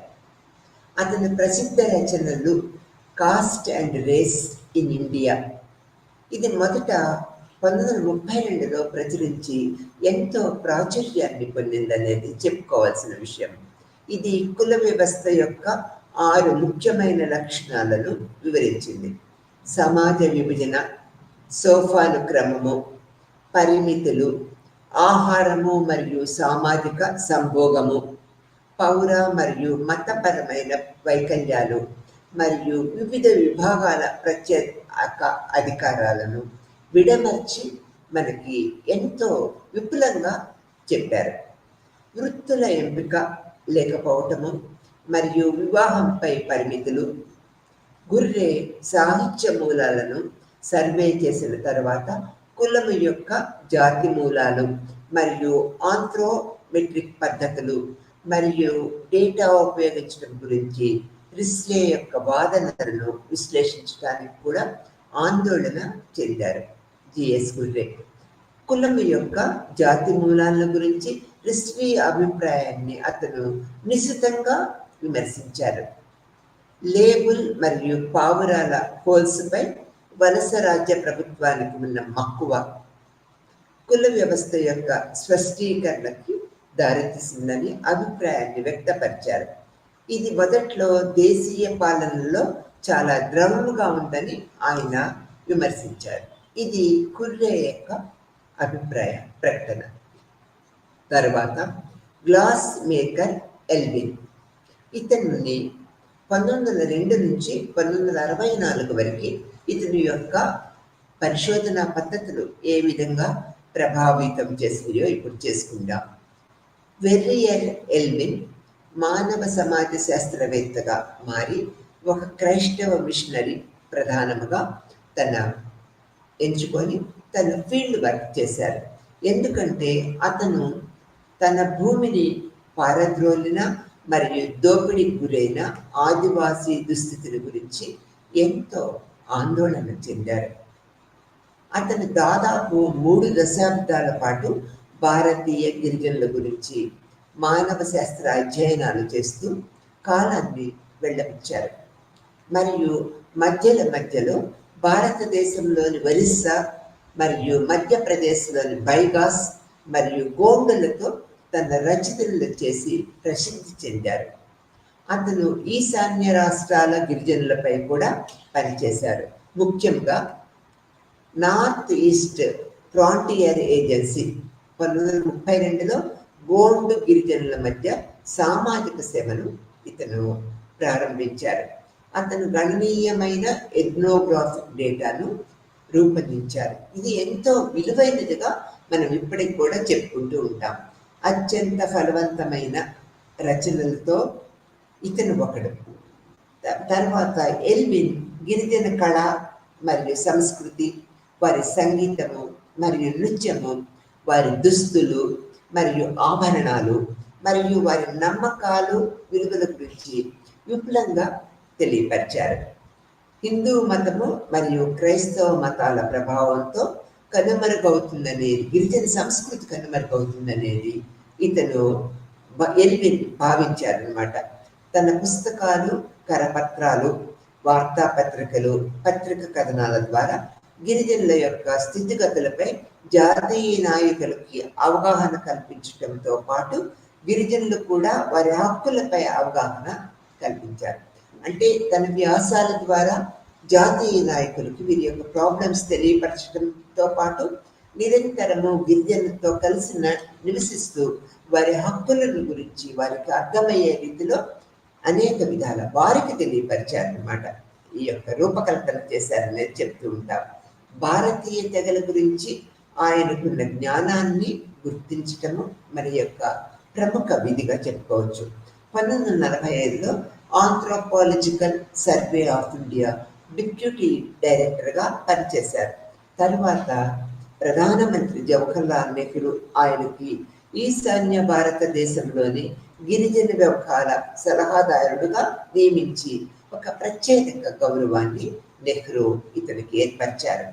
అతని ప్రసిద్ధ రచనలు ది అగారియా, ఆదిమవాసులు, ది మురియా మరియు వారి ఘోతులు, బస్తర్లోని మురియాసులో తన పుస్తకము ది మురియా మరియు వారి ఘోతుల్లో అతని యువకుల వసతి గృహాలు కలిగి ఉన్న ముఖ్యమైన పాత్రని అధ్యయనం చేశారు. మరియు గిరిజన సమాజాలలో ఒక అనివార్యమైన భాగమయ్యారనేది కూడా మనము చెప్పక తప్పదు. ఇతను ఎల్విన్ గిరిజన జీవితాలలో ఒక ముఖ్య పాత్రను, కుటుంబ పెద్దగా ఒక ముఖ్య పాత్రని నిర్వర్తించారు. ఈ వసతి గృహాలు యువతను లైంగిక కార్యకలాపాలలోకి ప్రారంభించబడ్డాయి అనేది మనము ఇతని అభిప్రాయాల్లో తెలుసుకోవాల్సిన విషయంగా చెప్పుకుంటూ ఉంటాం అన్నమాట. ఆ తర్వాత ఇతను వివిధ సమాజ కార్యక్రమాల్లో వారికి శిక్షణ ఇచ్చారు, ట్రైనింగ్ ప్రొవైడ్ చేశారు. గిరిజనులను ఒంటరిగా వదిలివేయాలని మరియు ప్రధాన సమస్యల నుంచి ఒంటరిగా అభివృద్ధి చెందడానికి అనుమతించాలనేది ఎల్విన్ భారత ప్రభుత్వానికి ప్రతిపాదించారు. ఈ విధంగా ఇతను ఎల్విన్ ఎథ్నోగ్రాఫికల్ మెథడ్స్లో ప్రముఖ పాత్ర వహించాలనేది మనము చెప్పుకోదగ్గ విషయము, ప్రాముఖ్యతను సంతరించుకున్నది ఇతని జీవిత పథకం అంతా కూడా. తర్వాత మనం ఇప్పుడు డిఎన్ మజుందార్ యొక్క ఎథ్నోగ్రాఫికల్ మెథడ్స్ ఏ విధంగా ఉన్నాయో ఇప్పుడు తెలుసుకున్నాము. ఇతని యొక్క పీరియడ్ 1903 నుంచి 1960 వరకు ఉన్నది. ప్రొఫెసర్ ధీరేంద్రనాథ్ మజుందార్, ఇతని యొక్క పూర్తి పేరు ధీరేంద్రనాథ్ మజుందార్, అత్యున్నతమైన మానవ సమాజ శాస్త్రవేత్త. 1903లో పాట్నాలో జన్మించారు. అతను 1924లో కలకత్తా విశ్వవిద్యాలయం నుంచి తన మాస్టర్ ఆఫ్ ఆంథ్రోపాలజీ చేశారు. మరియు 1928లో లక్నో విశ్వవిద్యాలయంలో బోధించారు. అతను చోటా నాగపూర్ ప్రాంతంలో తన ఫీల్డ్ వర్క్ను నిర్వహించారు. తన పిహెచ్డి పూర్తి చేయడానికి కేంబ్రిడ్జ్ వెళ్ళి అక్కడ పిహెచ్డి పూర్తి చేశారు. ప్రొఫెసర్ టిఎస్ హాన్సన్ ఆధ్వర్యంలో అతను తన ఫీల్డ్ వర్క్ కోసము చోటా నాగపూర్లోని కొల్హాన్ ప్రాంతంలోని హో అనే తెగను ఎంచుకున్నారు ఫీల్డ్ వర్క్కి. తన పరిశోధనలో బాహ్య ఒత్తిళ్లు హౌస్ను ప్రభావితం చేస్తున్నాయని ఇతను తెలుసుకున్నాడు. 2 విధానాలతో అతను ఏకీభవించలేదు. భారతీయ సమాజంలో గిరిజనులు కలిసిపోవాలని ఆయన అభిప్రాయపడ్డారు. అతని PhD A tribal in transition, A study in cultural pattern పేరుతో ఒక పుస్తకంగా ప్రచురించబడి ఎంతో ప్రాముఖ్యత సంతరించుకున్నదనేది చెప్పక తప్పదన్నమాట. తర్వాత భారతీయ గ్రామంలో కులము మరియు కమ్యూనికేషను మరియు హిమాలయన్ పాలియాండ్రీ 1962లో ఇది అతని మరణాంతరము ప్రచురించబడింది. ఈ విధంగా 1950 నాటికి పెద్ద సంఖ్యలో పాశ్చాత్య మరియు భారతీయ పండితులు గ్రామ అధ్యయనాల్లో పాలు పంచుకున్నట్లు గమనించవలసిన విషయం. డిఎన్ మజుందార్, ఎంఎన్ శ్రీనివాస్, గోఫ్, కొలెండా మరియు మెమ్కిమ్ గ్రామ అధ్యయనాలపై అనేక రకాల పుస్తకాలు రూపొందించారు. గ్రామ అధ్యయనము, కులము, మతము, బంధుత్వము, వివాహము, కుటుంబము, రైతు జీవితము మరియు వ్యవసాయ అధ్యయనాలకు ఇవి ప్రముఖ పీఠ వేశాయనేది చెప్పుకో తప్పదు. ఆ తర్వాత ఇప్పుడు మనము జాన్ హెన్రీ హంటర్, ఇతని యొక్క పీరియడ్ 1887 నుంచి 1968 వరకు. జాన్ హెన్రీ ఇంగ్లాండ్లో ఒక మతాధికారి కుమారుడు. అతను 27 జూన్ 1885లో వెస్టర్న్ హెస్లరెట్లో, తర్వాత ఈస్టర్న్ రైడింగ్ ఆఫ్ యార్క్షైర్లో మరియు ఇప్పుడు నార్త్ యార్క్షైర్లో జన్మించారు. ఇప్పుడున్న నార్త్ యార్క్షైర్లో జన్మించారనేది చెప్పుకోవచ్చు. డార్క్ హట్టన్ అస్సాంలోని నాగా జాతి శాస్త్రముపై ప్రత్యేకమైన అధ్యయనాన్ని నిర్వహించారు. అస్సాం ప్రభుత్వం ఆధ్వర్యంలో ప్రచురించిన మోనోగ్రాఫ్ల శ్రేణిలో 2 సంపుటాల రచయిత్ర మాత్రమే కాకుండా ఒకటి అంగామి నాగాలతో మరియు ఒకటి శమా నాగాలతో అనేక రకాల పరిశోధన పత్రాలు, బుక్స్ ప్రచురించారనేది మనము చెప్పుకోవచ్చిన విషయం. ఇతని నాగాల జీవిత విధానం మీద అనేక రకాల పరిశోధన పత్రాలు, బుక్స్ కూడా ప్రచురించారనమాట. అస్సాంలోని హిల్లా తెగలు ఇప్పుడు కూడా అలానే ఉన్నాయి, లేదా భారతదేశంలోని ఇతరులలో పోల్చదగిన జనాభా కంటే మానవ శాస్త్రానికి బాగా తెలుసు అనేది ఇతని అభిప్రాయం. తర్వాత ఇంతకు మించిన సరైన ఎంపిక జరగలేదని, నివేదికను అతని పరిచయము అతన్ని దిగవంత సర్ హెర్బర్ట్ బ్రిస్లీకి అనర్హమైన వారసుడుగా గుర్తించబడింది అనమాట. డాక్టర్ హంటన్ విశేషమైన డాక్యుమెంట్తో వచ్చిన భారతదేశ జాతి చరిత్రకు సంబంధించిన తీర్మానాలను చెల్లుబాటుకు సంబంధించిన అనేక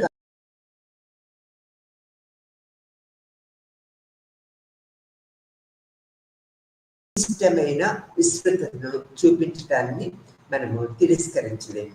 ఇతను ఈ యొక్క నాగాల మీద, వారి యొక్క జీవిత విధానం మీద అనేక రకాల పరిశోధన పద్ధతుల్ని ఏర్పరిచారని చెప్పుకోవచ్చు.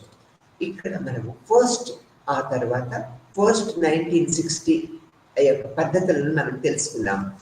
20వ శతాబ్దం మధ్య నాటికి ఎంఎన్ శ్రీనివాస్ వంటి పండితులు భారతీయ పన్ను నిర్మాణము క్రియాత్మక ప్రభావాన్ని తీసుకువచ్చారని చెప్పుకోవాలి.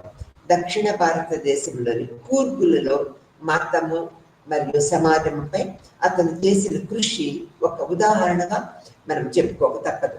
ఈ పనిలో శ్రీనివాస్ మతపరమైన సంస్థలు, కుటుంబము మరియు బంధుత్వము మరియు వారసత్వ చట్టాల మధ్య సన్నిహిత సంబంధాన్ని మనకు విడమర్చి చెప్పారు.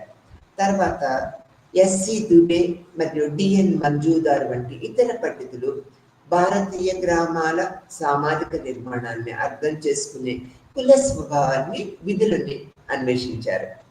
భారతదేశంలో కమ్యూనిటీ డెవలప్మెంట్ ప్రోగ్రాముల ఆగమనంతో హిమాలయన్ పాలియాండ్రీపై మంజుదార్ చేసిన పని 1963లో చేశారు.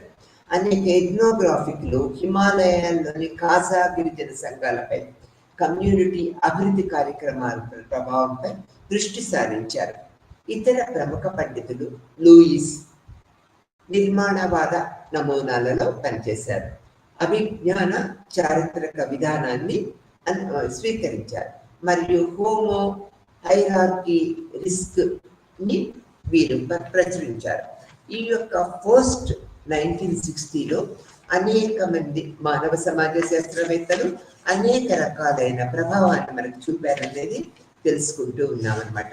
ఇక్కడ మనం తీసుకున్నట్లయితే 1980లో రామచంద్ర గుహ, పార్థ చటర్జీ, గాయత్రి మరియు ఇతరుల నేతృత్వంలో అధ్యయనాలు ఇటీవల ట్రెండ్గా మారిపోయాయి. వారు భారతదేశ వలస చరిత్రను నిర్వచించారన్నమాట. ఇది జీవితాలు, భావాలు, దేవతలు మరియు దేవతల చిత్రాలు, పోరాటాలతో చర్చలు మరియు కుటుంబము, వారి ఆరోగ్యంలో మహిళల పాత్రల్ని అనేక విధాల పరిశీలించారు. లింగ ఆధారిత శ్రమ విభజనతో సహా ఆధునీకరణ, ఆర్థికాభివృద్ధి మరియు పట్టణీకరణ, తర్వాత స్త్రీల పాత్రపై పెరిగిన విద్య మరియు వివాహ వయసు, ఆలస్యం యొక్క ప్రభావాన్ని వీళ్ళు అనేక మానవ సమాజ శాస్త్రులు వివిధ కోణాల్లో పరిశీలించారనేది మనము చెప్పుకోక తప్పదన్నమాట. తర్వాత పాశ్చాత్య పండితులచే అపారమైన సహకారము ఈ మానవ శాస్త్రవేత్తలందరికీ అందించబడింది. భారతీయ ఎథ్నోగ్రాఫిక్ అభ్యాసానము, వలసవాదము మరియు వలస అనంతర చరిత్ర మరియు రాజకీయ సందర్భాలలో ఉండాలి అనే దృక్పథాన్ని ఈ యొక్క రచయితలు, పరిశోధనలు ఏర్పరిచాయి. తర్వాత చారిత్రక మరియు రాజకీయ, ఆర్థిక వివరాలను సున్నితంగా ఉన్నప్పుడు కొత్త జ్ఞానాన్ని ఉత్పత్తి చేస్తాయనే ప్రక్రియ పద్ధతులని వీరి అభిప్రాయాల్లో మనం తెలుసుకోవచ్చు. విస్తృతమైన సాంస్కృతిక వైవిధ్యం కారణంగా భారతదేశము ఎల్లప్పుడూ క్లాసిక్ జియోగ్రఫీలను అపారమైన సామర్థ్యాన్ని కలిగి ఉంటుందని ఈ యొక్క మానవ శాస్త్ర పరిశోధకులందరూ తమ అభిప్రాయంలో వెలువచ్చారు. ఇప్పుడు మనము వలస రాజ్యాల కాలం నుంచి సాంఘిక శాస్త్రాల అభివృద్ధి మరియు పెరుగుదలని అనేక రూపాలలో అనేక కోణాలలో తెలుసుకున్నాం. ఈ ప్రముఖ సామాజిక శాస్త్రవేత్తలు, మానవ శాస్త్రవేత్తలు ఏ విధంగా చెప్పారు అనేది మనం ఇక్కడ పద్ధతుల్లో అనేక మార్గాలలో తెలుసుకున్నాం. ముఖ్యంగా మానవ శాస్త్రము మరియు సామాజిక శాస్త్రము బ్రిటిష్ పాలన యొక్క ప్రారంభ దశలోనే వలస రాజ్యం చేసిన వ్యక్తులపై డేటా అవసరమనే ప్రాముఖ్యతని గుర్తించారు. అలా వారు పాలించిన ప్రజల సంస్కృతి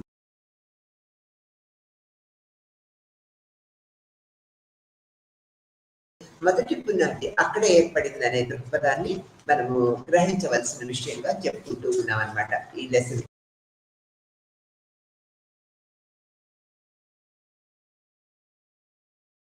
రాజకీయ, ఆర్థిక మరియు సామాజిక వ్యవస్థలపై డేటాను మనం తప్పనిసరిగా సేకరించాలి. అట్లా సేకరించినట్లయితే వారి యొక్క రాజకీయ, ఆర్థిక, సామాజిక వ్యవస్థ పద్ధతులను మనము తెలుసుకోలేకపోతాం అనమాట. ఇంగ్లాండ్ నుంచి మానవ శాస్త్రవేత్తలు ఇండియాకి వచ్చి భారతీయ జనాభాపై డేటాను సేకరించి వారిపై మోనోగ్రాఫ్లను అనేక రూపాల్లో తయారు చేశారు. దీనివల్ల భారతీయ సంస్కృతి, తెగల సంస్కృతి ప్రపంచంలో ఉన్న అందరూ పరిశోధకులని ఆశ్చర్యచకితులను చేసి ఒక నూతన రూపకల్పనకి మార్గాన్ని సూచించాయన్నమాట. 19వ శతాబ్దంలో రెండవ భాగంలో బ్రిటిష్ నిర్వాహకులు మరియు మానవ శాస్త్రవేత్తలు గిరిజన మరియు ఇతర వర్గాలపై మోనోగ్రాఫ్లను గణనీయమైన సంఖ్యలో వెలుగులోకి తెచ్చారన్నమాట. వీరితో పాటు యుఎస్ మరియు యూకేలో విదేశీ విద్యా విధానాలలో ప్రాథమిక శిక్షణ పొందిన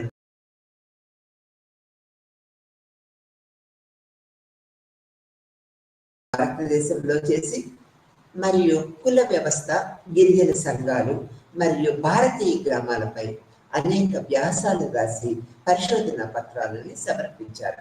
20వ శతాబ్దము ప్రారంభం నాటికి అనేక మంది భారతీయ మానవ శాస్త్రవేత్తలు దేశంలో ఆంథ్రోపాలజికల్ మరియు సోషియాలజికల్ విభాగాలను ఏర్పాటు చేయాలని ప్రభుత్వానికి ఆదేశించారు.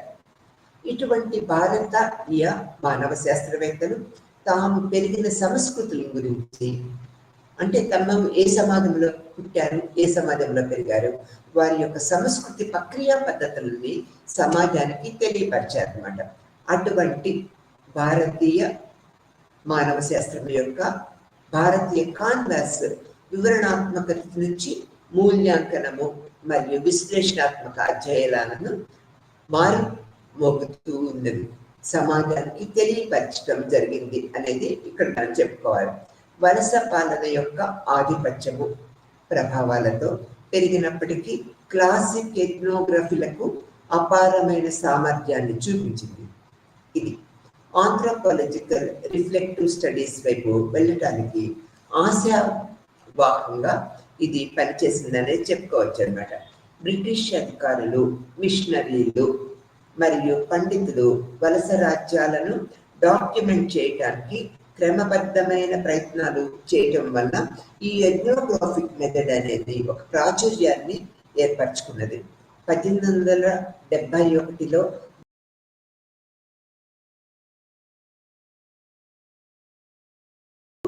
మొట్టమొదటి అఖిల భారత జనాభా గణను ప్రారంభించి అనేక రకాల అయిన సామాజిక విషయాలను వెలుగులోకి తీసుకువచ్చి గిరిజన సామాజిక జీవిత విధానము, కుటుంబ వ్యవస్థ, జననాలు, ఆచారాలు, నమ్మకాలు, ఈ యొక్క జీవిత విధ ప్రక్రియ, అంత్యక్రియలు ఈ విధంగా జరుగుతూ ఉన్నాయి. సమాజంలో వీళ్ళు ఏమి పొందుతూ ఉన్నారు, ఏమి కోల్పోతూ ఉన్నారు అనేది అనేక పరిశోధన వ్యాసాలలో ప్రచురించారు. వీరి జీవితాల్లోకి మనం చొచ్చుకుపోవటం కాకుండా ఈ యొక్క గిరిజన తెగల యొక్క ఆ స్వతంత్రాన్ని మనం పరిరక్షించినట్లయితే సమాజ అభివృద్ధికి ఎంతో దోహదకారిగా వీరు జీవిత విధానము ఉంటుందనే దృక్పథాన్ని ఈ లెసన్ ద్వారా మనం తెలుసుకుంటూ ఉన్నాం అన్నమాట. ఈ యొక్క కొరినియల్ ఎథ్నోగ్రఫీ గిరిజన తెగల యొక్క పంద, జీవిత విధానము, జీవన సంగ్రహము అనేక రూపాలను మనం తెలుసుకోవటం వల్ల గిరిజన జీవిత విధాన ప్రక్రియా పద్ధతుల్ని మనము ఈ లెసన్ ద్వారా తెలుసుకున్నాం. నమస్తే.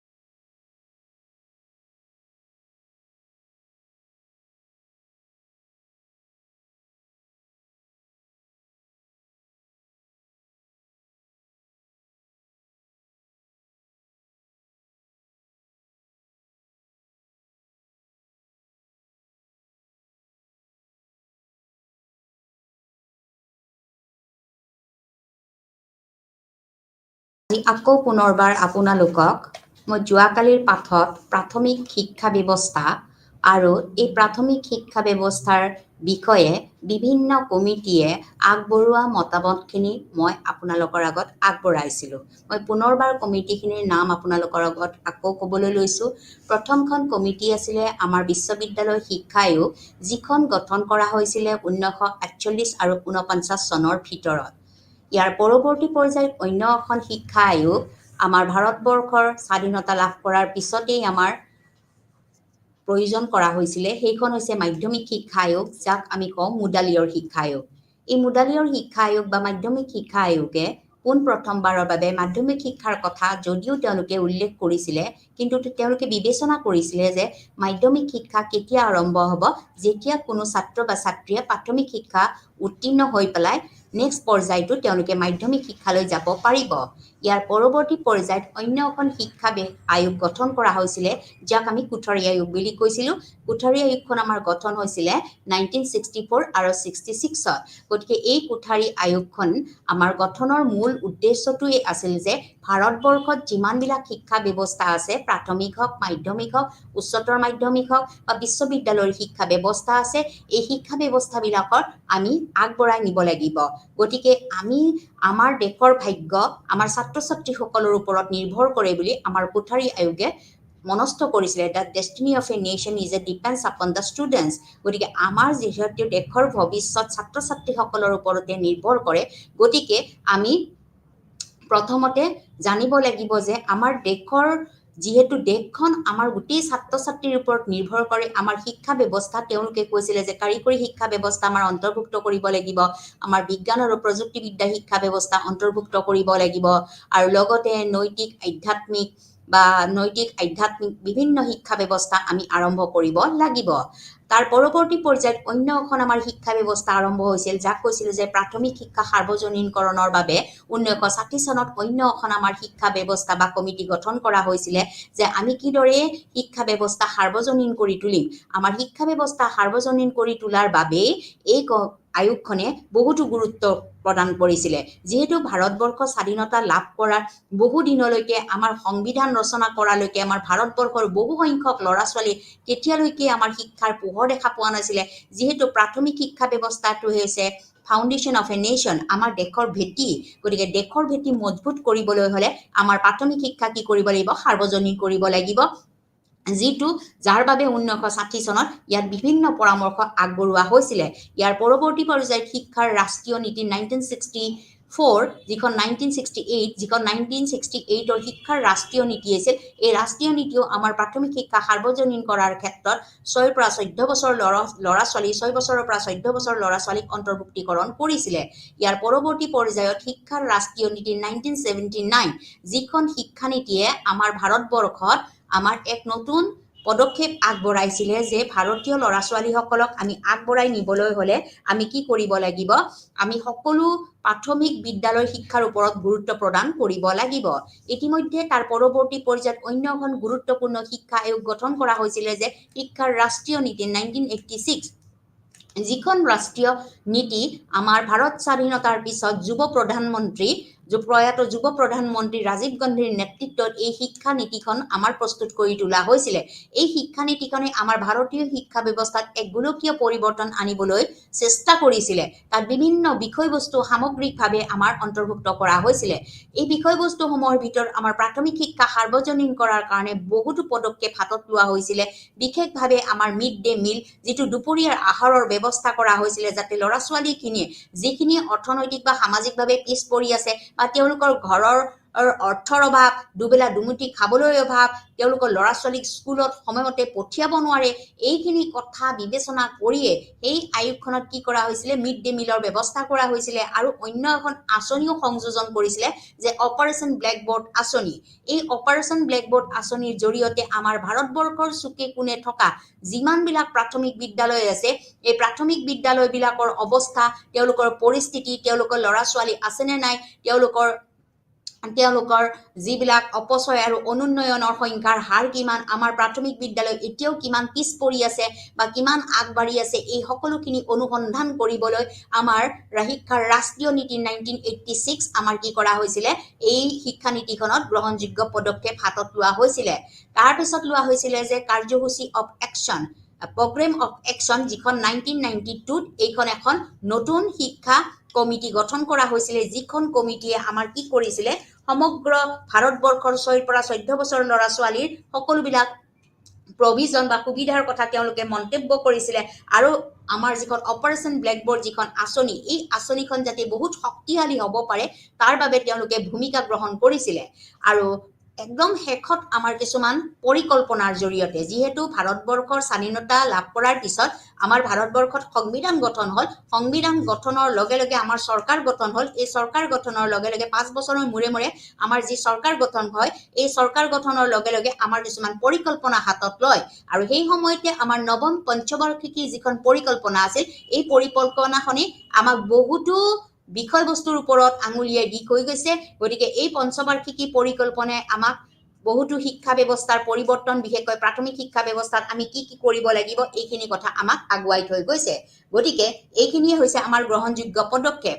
ইয়াৰ পৰৱৰ্তী পৰ্যায়ত আমাৰ যি প্ৰাথমিক শিক্ষা যি বিদ্যালয় শিক্ষা আছে, এই শিক্ষা 2015 পৰা 16 চনত নামভৰ্তিকৰণৰ যিটো বিষয় ব্যৱস্থা, এই ব্যৱস্থাটোৰ বিষয়ে মই ক'বলৈ লৈছো। ইয়াত কি কৰা হৈছিলে, বয়সৰ গোট ভাগ কৰি দিয়া হৈছিলে, তাৰমানে 6 পৰা 13 বছৰলৈকে 6 to 13 ইয়াৰ্ছত বয়সৰ গোট ধৰি লোৱা হৈছিলে। সেই সময়ত 2015 চনত আমাৰ শিক্ষাৰ্থীৰ মুঠ সংখ্যা আছিলে কিমান, 25,600, 2,56,006 ষ্টুডেণ্টছ আছিলে শিক্ষাৰ্থীৰ মুঠ সংখ্যা ব্যৱস্থা। আৰু এই সময়তে আমাৰ পুৰুষৰ সংখ্যা ব্যৱস্থা আছিলে যে 1,32,135 জন আৰু মহিলাৰ সংখ্যা আছিলে কিমান, 1,23,871 জন। আৰু প্ৰাথমিক বিদ্যালয়ৰ যিটো স্তৰ, এই স্তৰটো আছিলে কিমান, আমাৰ 1 বছৰৰ পৰা 8 বছৰৰ ভিতৰৰ বয়সৰ সময়সীমা আছিলে। গতিকে প্ৰথমৰ পৰা 8ম শ্ৰেণীৰ ভিতৰত ইয়াক অন্তৰ্ভুক্ত কৰি লোৱা হৈছিলে। গতিকে আমাৰ 2015 পৰা 16 চনৰ ভিত্তিত আমি যদি প্ৰাথমিক শিক্ষা ব্যৱস্থা চাবলৈ যাওঁ, এই শিক্ষা ব্যৱস্থাৰ যিটো এজ গ্ৰুপ, বয়সৰ গোট আছিলে, এই বয়সৰ গোটটো আছিলে 6 পৰা 13 বছৰ বয়সৰ ভিতৰৰ ল'ৰা ছোৱালীখিনিক সামগ্ৰিকভাৱে অন্তৰ্ভুক্ত কৰা হৈছিলে। আৰু এই শিক্ষাৰ্থীৰ মুঠ সংখ্যা আছিলে কিমান, 2,56,006 জন আছিলে আমাৰ কি ছাত্ৰ ছাত্ৰীৰ মুঠ সংখ্যা। ইয়াৰ ভিতৰত যিখিনি পুৰুষ বা ল'ৰাৰ সংখ্যা আছিলে কিমান, 1,32,135 জন আৰু মহিলাৰ সংখ্যা আছিল 1,23,871 জন। এইখিনি আছিলে মহিলাৰ সংখ্যা। আৰু প্ৰাথমিক স্তৰৰ যিটো আমাৰ ব্যৱস্থা আছিলে, এই ব্যৱস্থাটো আছিলে 1 বছৰৰ পৰা আমাৰ প্ৰথম শ্ৰেণীৰ পৰা 8ম শ্ৰেণীলৈকে ইয়াৰ নামভৰ্তিকৰণৰ ব্যৱস্থা আছিলে। এইখিনি হৈছে প্ৰাথমিক বিদ্যালয়ৰ শিক্ষা ব্যৱস্থা, যি 2015 আৰু 16 চনৰ নামভৰ্তিকৰণৰ ক্ষেত্ৰত আমাৰ ল'ৰা ছোৱালীসকলৰ বয়স অনুযায়ী, শিক্ষাৰ্থীৰ মুঠ সংখ্যা অনুযায়ী আৰু পুৰুষৰ সংখ্যা কিমান, মহিলাৰ সংখ্যা কিমান আৰু প্ৰাথমিক স্তৰৰ ইয়াৰ ব্যৱস্থা কিমান, ইয়াত আমি উল্লেখযোগ্য পদক্ষেপবিলাক পাইছিলো। ইয়াৰ পৰৱৰ্তী পৰ্যায়ত আমাৰ প্ৰাথমিক বিদ্যালয়ৰ আমাৰ কিছুমান কি থাকে, মূল লক্ষ্য থাকে বা উদ্দেশ্য থাকে, বা মূল লক্ষ্য বা উদ্দেশ্য আমাৰ প্ৰাথমিক বিদ্যালয়ৰ কেনেকুৱা হ'ব লাগে, এই বিষয়ে মই আপোনালোকৰ ওচৰত আলোচনা কৰিবলৈ লৈছো। যিহেতু আমাৰ ভাৰতবৰ্ষকে আদি কৰি পৃথিৱীৰ সকলোবিলাক দেশতে প্ৰথম শিক্ষা ব্যৱস্থাটোকে আমি এলিমেণ্টাৰী এডুকেশ্যন বা প্ৰাথমিক শিক্ষা বুলি আমি কওঁ, যিটো বৰ্তমান সময়ত প্ৰি প্ৰাইমেৰী এডুকেশ্যন হওক বা প্ৰাইমেৰী এডুকেশ্যন হওক, লয়াৰ প্ৰাইমেৰী এডুকেশ্যন হওক বা আপাৰ প্ৰাইমেৰী এডুকেশ্যন হওক, এই সকলোখিনিকে সামগ্ৰিকভাৱে আমি এলিমেণ্টাৰী এডুকেশ্যন বুলি কওঁ। গতিকে যিটো শিক্ষা ব্যৱস্থা বৰ্তমান সময়ত 2-3 বছৰৰ পৰা আৰম্ভ কৰি আমাৰ 7-8 বছৰলৈকে এই শিক্ষা ব্যৱস্থা অন্তৰ্ভুক্ত কৰা হয়। আৰু তাৰ ভিতৰত আমাৰ অংগনবাদী কেন্দ্ৰসমূহেও আমাৰ প্ৰি প্ৰাইমেৰী এডুকেশ্যনৰ ক্ষেত্ৰত এক উল্লেখযোগ্য পদক্ষেপ গ্ৰহণ কৰিছে। গতিকে আমাৰ প্ৰাথমিক শিক্ষাৰ ক্ষেত্ৰত যিখিনি আমাৰ বৈশিষ্ট্য, এই বৈশিষ্ট্যসমূহৰ কথা আমি উপলব্ধি কৰিব লাগিব। গতিকে এই বৈশিষ্ট্যসমূহে আমাক কি কৰিছে, আমাক আঙুলিয়াই দিছে যে প্ৰাথমিক শিক্ষা ব্যৱস্থা কেনেকুৱা হ'ব লাগিব গতিকে প্ৰথম প্ৰাথমিক শিক্ষা ব্যৱস্থাটো হ'ব লাগিব যে ইয়াত গুণগত শিক্ষাৰ ওপৰত আমি গুৰুত্ব দিব লাগিব যিহেতু আমাৰ প্ৰাথমিক শিক্ষা ব্যৱস্থাটোই হৈছে দেশৰ ভেটি জাতিৰ ভেটি শিক্ষাৰ ভেটি it is a foundation of our education system elementary education is a foundation যেনেকৈ আমি এটা ঘৰ বনাবলৈ হলে আমাৰ ঘৰৰ যেটো ইনফ্ৰাষ্ট্ৰাকচাৰ যেটো আন্তঃগাঁথনি ভেটিটো আমাৰ মজবুত হ'ব লাগিব তেতিয়াহে আমি ওপৰলৈ চিন্তা কৰিব পাৰো ঠিক সেইদৰে আমাৰ প্ৰাথমিক শিক্ষাৰ ক্ষেত্ৰতো আমি প্ৰথমতে চাব লাগিব যে আমি গুণগত শিক্ষা ব্যৱস্থা ওপৰত গুৰুত্ব দিব লাগিব গুণগত শিক্ষা ব্যৱস্থা মানে আমাৰ শিক্ষাৰ্থীৰ ছাত্ৰ-ছাত্ৰীৰ সংখ্যাতকৈ কিদৰে তেওঁলোকে পাঠদান কৰিব পাৰিছে তেওঁলোকক আমি বিভিন্ন খেলাৰ সামগ্ৰীৰে বিভিন্ন আমাৰ সহপাঠ্যক্ৰমৰ জৰিয়তে তেওঁলোকক কিদৰে শাৰীৰিক মানসিক নৈতিক আবেগিকভাৱে আমি পৰিপুষ্টি দিব পাৰিছো সৰ্বাংগীন বিকাশ সাধন কৰিব পাৰিছো এই কথাখিনি আমি কি কৰিব লাগিব গুৰুত্ব দিব লাগিব যাক কোৱা হয় গুণগত শিক্ষাৰ ওপৰত গুৰুত্ব দিয়া বৰ্তমান সময়ত আপোনালোকে বৰ দেখি আহিছে প্ৰাথমিক বিদ্যালয়বিলাকত আমাৰ গুণোৎসৱ প্ৰাথমিক বিদ্যালয় বা মাধ্যমিক বিদ্যালয় গুণোৎসৱ পাতা হয় এই গুণোৎসৱৰ উদ্দেশ্যটোই হৈছে যে শিক্ষাৰ্থীসকলে কিমানখিনি গুণগত মানদণ্ডৰ শিক্ষা লাভ কৰিছে এইটো বস্তুৱে এই উৎসৱৰ জৰিয়তে জানিবৰ বাবে এক পৰামৰ্শ আগবঢ়াইছিলে তাৰ পৰৱৰ্তী পৰ্যায়টো দ্বিতীয়টো আমাৰ ফিচাৰ্স বা বৈশিষ্ট্য হৈছে যে বিনিয়োগ আমি কিদৰে বিনিয়োগ কৰিম আমি কিমানখিনি পইচা আমি প্ৰাথমিক শিক্ষাৰ বিদ্যালয়ৰ ক্ষেত্ৰত আমি বিনিয়োগ কৰিম বা ইনভেস্ট কৰিম এই কথাখিনি আমাৰ কি লাগিব পৰিকল্পনা লাগিব যিটো আমাৰ পঞ্চবাৰ্ষিক পৰিকল্পনাসমূহৰ জৰিয়তে চৰকাৰে ইয়াক এটা গুৰুত্বপূৰ্ণ পদক্ষেপ হাতত ল'ব ইয়াৰ পৰৱৰ্তী পৰ্যায়ৰ ফিচাৰ্স বা বৈশিষ্ট্যটো হৈছে যে সাৰ্বজনীন প্ৰৱেশাধিকাৰ আৰু নামভৰ্তিৰ দিশত অগ্ৰগতি গতিকে সাৰ্বজনীন প্ৰৱেশাধিকাৰ কিদৰে আমি প্ৰৱেশ কৰাৰ ক্ষেত্ৰত ল'ৰা ছোৱালীসকলে প্ৰৱেশ কৰাৰ ক্ষেত্ৰত বা তেওঁলোকৰ নামভৰ্তিৰ দিশত অগ্ৰগতি হোৱাৰ ক্ষেত্ৰত কি গুৰুত্বপূৰ্ণ ভূমিকা গ্ৰহণ কৰিব এই বিষয়ে আমি জানিব লাগিব গতিকে সাৰ্বজনীন প্ৰৱেশাধিকাৰ আমি সকলো ল'ৰা ছোৱালীয়ে প্ৰাথমিক বিদ্যালয় পাব লাগিব ইয়াৰ অৰ্থটো হৈছে আমাৰ সকলো ভাৰতবৰ্ষৰ জাতি ধৰ্ম ভাষা নিৰ্বিশেষে সকলো ল'ৰা ছোৱালীয়ে প্ৰৱেশ কৰাৰ সুবিধা পাব লাগিব আৰু নামভৰ্তিৰ দিশত তেওঁলোকে অগ্ৰগতি হ'ব লাগিব তেওঁলোকক কিদৰে নামভৰ্তি কৰিব পৰা যায় এই দিশত আমি গুৰুত্ব প্ৰদান কৰিব লাগিব ইয়াৰ পৰৱৰ্তী পৰ্যায়ত যেটো প্ৰাথমিক শিক্ষাত যেটো সামাজিক শ্ৰেণীৰ ব্যৱধান আমি দূৰ কৰিব লাগিব সমাজত আমাৰ বিভিন্ন শ্ৰেণীৰ ব্যক্তি আছে সাধাৰণ ব্যক্তি হওক এসটি এসসি ওবিসি দুৰ্বল শ্ৰেণীৰ ব্যক্তি হওক বা বিভিন্ন জাতি জনজাতি উপজাতি সংখ্যালঘু এই সকলোবিলাকৰ যেটো ব্যৱধান বা ডিসটেন্স আছে এই ডিসটেন্সটো আমি প্ৰাথমিক শিক্ষাতে কি কৰিব লাগিব এই ব্যৱধানটো দূৰ কৰিব লাগিব বা নিৰ্মূল কৰিব লাগিব তেতিয়াহে আমাৰ দেশৰ ভেটি বা জাতিৰ ভেটি বা শিক্ষাৰ ভেটি আমাৰ কি হ'ব মজবুত হ'ব ইয়াৰ পৰৱৰ্তী পৰ্যায় হৈছে ধাৰণাৰ দিশত অগ্ৰগতি আমি কেনেকুৱা ধৰণৰ ধাৰণা লৈছো বা কেনেকুৱা ধৰণৰ ধাৰণাই আমাৰ মাজত থকা বিভিন্ন বিষয়বস্তুৰ ক্ষেত্ৰত থকা আমাৰ বিশেষকে আমাৰ যে প্ৰাথমিক শিক্ষা মুক্ত আমাৰ সাৰ্বজনীন আৰু বিনামূলীয়া হ'ব লাগে এই ধাৰণাটো আমি কি কৰিব লাগিব অগ্ৰগতি হিচাপে আমি ল'ব লাগিব বা অগ্ৰগতি হোৱাৰ বিভিন্ন পদক্ষেপ আমি বিভিন্ন বিদ্যালয়ৰ শিক্ষকসকলক আমি জনাব লাগিব তেওঁলোকক বিভিন্ন প্ৰশিক্ষণ দিব লাগিব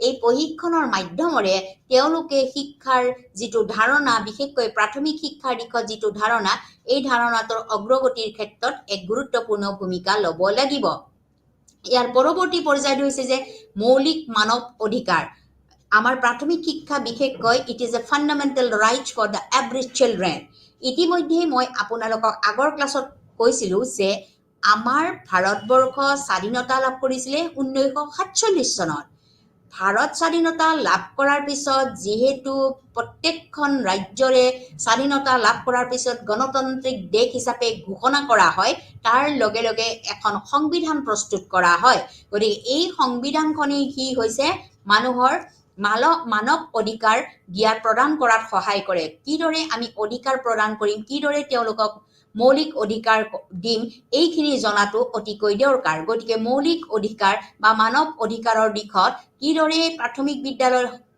সকলোবিলাক ছাত্ৰ ছাত্ৰীৰ লগতে অভিভাৱকে জানিব লাগিব যে প্ৰাথমিক শিক্ষা গ্ৰহণ কৰাটো এটা হৈছে ফাণ্ডামেণ্টেল ৰাইটছ, অৰ্থাৎ ইট is a fundamental human rights. গতিকে মৌলিক মানৱ অধিকাৰৰ কথা জানিব লাগিব, আৰু তাৰ বাবে আমাৰ ভাৰতীয় সংবিধানে 45 নং অনুচ্ছেদত কৈছিলে যে জাতি ধৰ্ম ভাষা নিৰ্বিশেষে 6ৰ পৰা 14 বছৰৰ সকলোবিলাক ল'ৰা ছোৱালী কি কৰিব লাগিব, বিনামূলীয়া বাধ্যতামূলক আৰু সাৰ্বজনীন শিক্ষা গ্ৰহণ কৰিব লাগিব।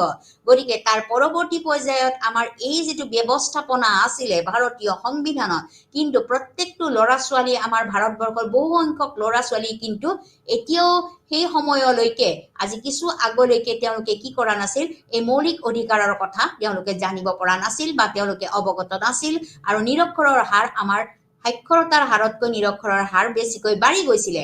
যিহেতু প্ৰাথমিক বিদ্যালয়ৰ মূল লক্ষ্যটোৱে হৈছে লিখা পঢ়া আৰু গণনা কৰা, এই ব্যৱস্থাটোৰ ওপৰত এক গুৰুত্ব প্ৰদান কৰিয়ে সকলোবিলাক বিষয়বস্তু আমি সামৰি লওঁ। গতিকে এই মৌলিক অধিকাৰৰ কথা তেওঁলোকে জানিব লাগিব। গতিকে মৌলিক অধিকাৰ বা ফাণ্ডামেণ্টেল ৰাইটছ যিটোৱে আমাক কি কৰে, যিকোনো বিষয়বস্তু আগবঢ়াই নিয়াত সহায় কৰে। গতিকে এই ফাণ্ডামেণ্টেল ৰাইটছটোৰ জৰিয়তে তেওঁলোকে শিক্ষা গ্ৰহণ কৰিব লাগিব, আৰু এই ফাণ্ডামেণ্টেল ৰাইটছৰ কথা যেতিয়া 2009 চনৰ ৰাইট টু এডুকেশ্যন শিক্ষাৰ অধিকাৰ আইন 2009 যিখন আইন, এই আইনখনৰ জৰিয়তে এইটোক এটা আমি অধিকাৰ স্বৰূপে ল'ব লগা হ'ল। যিসকল ছাত্ৰ ছাত্ৰী আহিব বিদ্যালয়লৈকে তেওঁলোকৰ নামভৰ্তিকৰণ হ'ব লাগিব। কোনো বিদ্যালয়ে তেওঁলোকক ৰিজেক্ট কৰিব নোৱাৰে, নামভৰ্তি নকৰোঁ বুলি ক'ব নোৱাৰে, তেওঁলোকক কোনো শাস্তিমূলক ব্যৱস্থা নাথাকিব। তেওঁলোকৰ সকলোবিলাক পৰীক্ষাতে তেওঁলোকে উত্তীৰ্ণ হ'ব লাগিব। তেওঁলোকৰ যাৱতীয় সাজ পোছাক চৰকাৰে গ্ৰহণ কৰিব লাগিব, তেওঁলোকক যাতায়াতৰ সুবিধা কৰিব দিব লাগিব, আৰু অন্যান্য যিবিলাক যাৱতীয় সামগ্ৰী স্কুল বা বিদ্যালয়লৈ অহাৰ বাবে সেইখিনি যুগুত কৰি দিব লাগিব। গতিকে এই 2009 যিখন শিক্ষাৰ অধিকাৰ আইন, যিখন অধিকাৰ আইন প্ৰস্তুত কৰিবৰ বাবে আমাৰ ভাৰতীয় সংবিধানখন কি কৰিব লগা হৈছিল, পৰিৱৰ্তন কৰিব লগা হৈছিল, আৰু পৰিৱৰ্তনৰ ফলস্বৰূপে আমাৰ 21তম আমাৰ অন্য এটা আৰ্টিকল গঠন হৈছিল বা দফা সৃষ্টি হৈছিল, যাক কৈছো যে 21A। গতিকে আমাৰ 86তম সংশোধনীৰ জৰিয়তে ভাৰতবৰ্ষত এখন নতুন আইনৰ সৃষ্টি হ'ল। সেই আইনখন হৈছে ৰাইট টু এডুকেশ্যন 2009, অতিকৈ গুৰুত্বপূৰ্ণ এখন আইন, যিখন আইনৰ জৰিয়তে আমাৰ ভাৰতবৰ্ষৰ সকলো ল'ৰা ছোৱালীকে বিনামূলীয়া, মুক্ত বিনামূলীয়া আৰু বাধ্যতামূলক শিক্ষা ব্যৱস্থাৰ বাবে এটা বিশেষ কথা উপলব্ধি কৰিব দিয়া হ'ল, যাক কোৱা হৈছে যে মৌলিক মানৱ অধিকাৰ। গতিকে এইটোক কোৱা হয় যে ফাণ্ডামেণ্টেল হিউমেন ৰাইটছ। ইয়াৰ পৰৱৰ্তী পৰ্যায়ত হৈছে যে মধ্যাহ্ন ভোজন, যিটোক আমি কৈছো যে মিড ডে মিল। আমাৰ ভাৰতবৰ্ষৰ প্ৰত্যেকখন শিক্ষা আয়োগে আমাৰ মিড ডে মিলৰ কথাই কৈ আহিছে। বিশেষকৈ আমাৰ 1986 চনৰ যিখন আমাৰ নতুন শিক্ষানীতি, এই শিক্ষানীতিখনত পোনপ্ৰথমতে আমাৰ প্ৰাথমিক শিক্ষাৰ ক্ষেত্ৰত আমাৰ মধ্যাহ্ন ভোজনৰ কথা তেওঁলোকে উল্লেখ কৰিছিলে।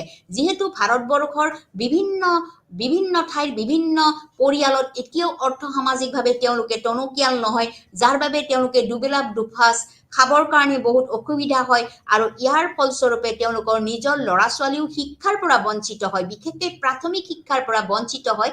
এই কথাৰ উপলব্ধি কৰিয়ে আমাৰ ভাৰত চৰকাৰে কি কৰিছিল, এইখন আয়োগৰ জৰিয়তে নতুন শিক্ষানীতি আমাৰ 1986 চনৰ এই আইন, আমাৰ যিখন শিক্ষানীতিয়ে কি কৰিছিলে, এইটোক আমাৰ মধ্যাহ্ন ভোজনৰ ব্যৱস্থা কৰিছিলে। ইয়াৰ পৰৱৰ্তী পৰ্যায়ত হৈছে SSA, সৰ্ব শিক্ষা অভিযান। এইখনো হৈছে এখন আঁচনি, যিখন আঁচনিৰ জৰিয়তে আমি ক'ব পাৰো যে ভাৰতবৰ্ষত 2001 চনত আমাৰ সৰ্বশিক্ষা অভিযান নামৰ এখন আঁচনি প্ৰস্তুত কৰি তোলা হ'ল। এইটো হৈছে কেন্দ্ৰীয় চৰকাৰৰ এখন আঁচনি বা স্কিম, যিখন স্কিমে আমাৰ ভাৰতবৰ্ষৰ প্ৰাথমিক শিক্ষা মুক্ত বিনামূলীয়া বাধ্যতামূলক আৰু সাৰ্বজনীন কৰাৰ বাবে এক গুৰুত্বপূৰ্ণ পদক্ষেপ হাতত লৈছিলে। গতিকে আমাৰ শিশুসকলে যে আগবাঢ়ি যাব লাগিব, তেওঁলোকে শিক্ষা গ্ৰহণ কৰিব লাগিব, আৰু শিক্ষা গ্ৰহণ কৰি যে আমাৰ ভাৰতবৰ্ষখন অৰ্থনৈতিক দিশত আগবঢ়াই নিয়াৰ ক্ষেত্ৰত আমাৰ SSA বহুতো গুৰুত্বপূৰ্ণ পদক্ষেপ হাতত লৈছিলে।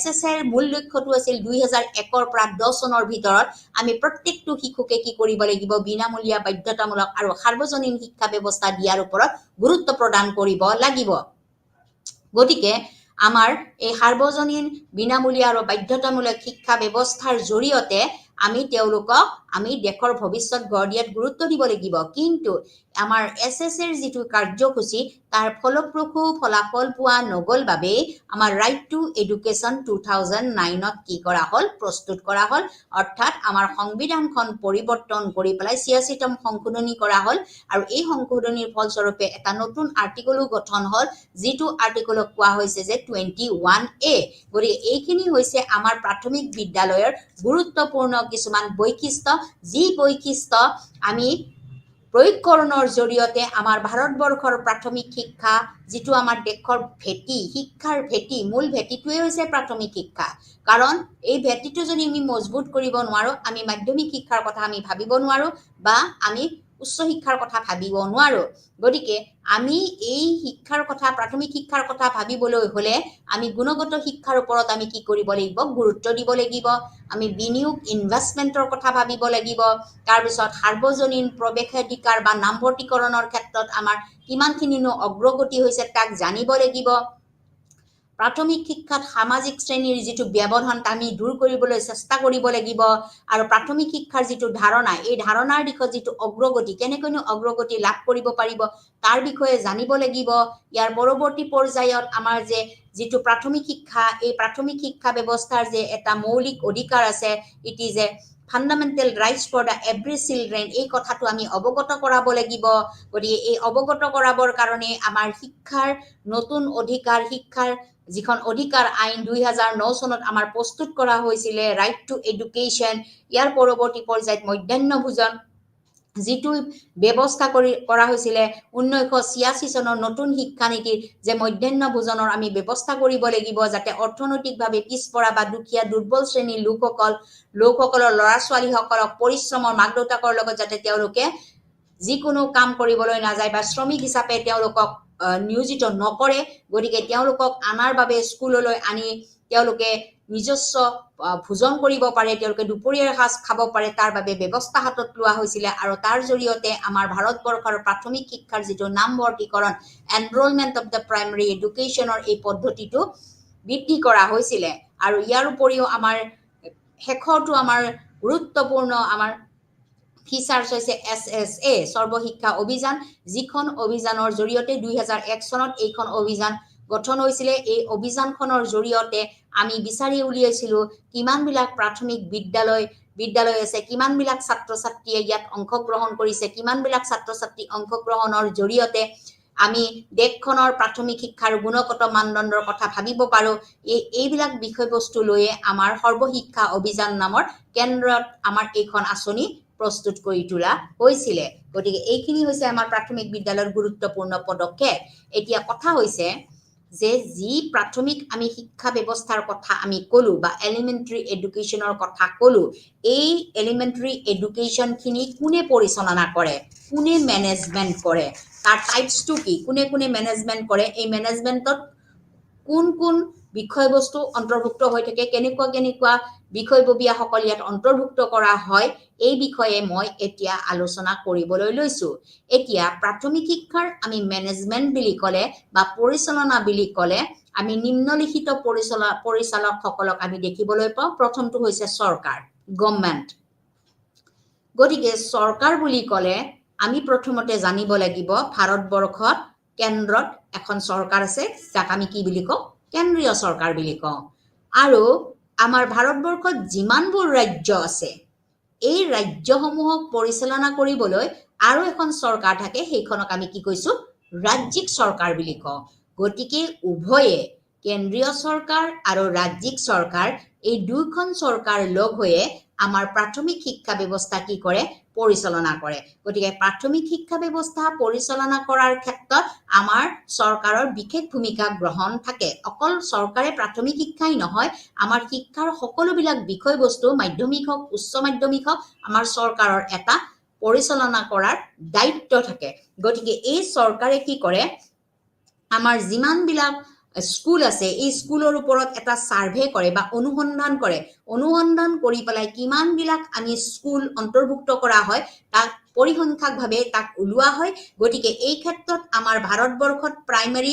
বা আমাৰ যিখন প্ৰাইমাৰী স্কুল আছে বা প্ৰাথমিক বিদ্যালয় আছে এই প্ৰাথমিক বিদ্যালয় 59% হৈছে আমাৰ কি নিম্ন প্ৰাথমিক বিদ্যালয় আপাৰ প্ৰাথমিক বিদ্যালয়ত আছে আমাৰ কি উচ্চ প্ৰাথমিক বিদ্যালয় 27% আমাৰ স্কুল বা বিদ্যালয় আছে এইদৰে আমাৰ সেকেন্ডাৰী মাধ্যমিক পৰ্যায়ত আমাৰ 9% আমাৰ মাধ্যমিক শিক্ষা ব্যৱস্থা আছে গতিকে এইখিনি বিষয়বস্তুৰ ওপৰত ভিত্তি কৰি আকৌ গ্ৰাম্য অঞ্চলত কিমানখিনি আছে 84% আমাৰ গ্ৰাম্য অঞ্চলত প্ৰাথমিক বিদ্যালয় আছে আৰু আৰবান বা আমাৰ যিবিলাক চহৰ অঞ্চল আছে তাত আমাৰ 60% আমাৰ কি আছে প্ৰাথমিক বিদ্যালয় আছে গতিকে এইখিনি বিদ্যালয় কিদৰে পৰিচালিত হ'ব এই পৰিচালিত হোৱাৰ টাইপ গিটা বা প্ৰকাৰ গিটাই হৈছে কি প্ৰথমটো হৈছে চৰকাৰ গতিকে চৰকাৰে কি কৰে আমাৰ কেন্দ্ৰটো চৰকাৰ থাকিব আৰু ৰাজ্যটো থাকিব গতিকে আমাৰ যিখন সেন্ট্ৰেলত যিখন চৰকাৰ থাকিব বা কেন্দ্ৰত যিখন চৰকাৰ থাকিব এই চৰকাৰে কি কৰে সকলোবিলাক তেওঁ কেন্দ্ৰৰ দ্বাৰা শাসিত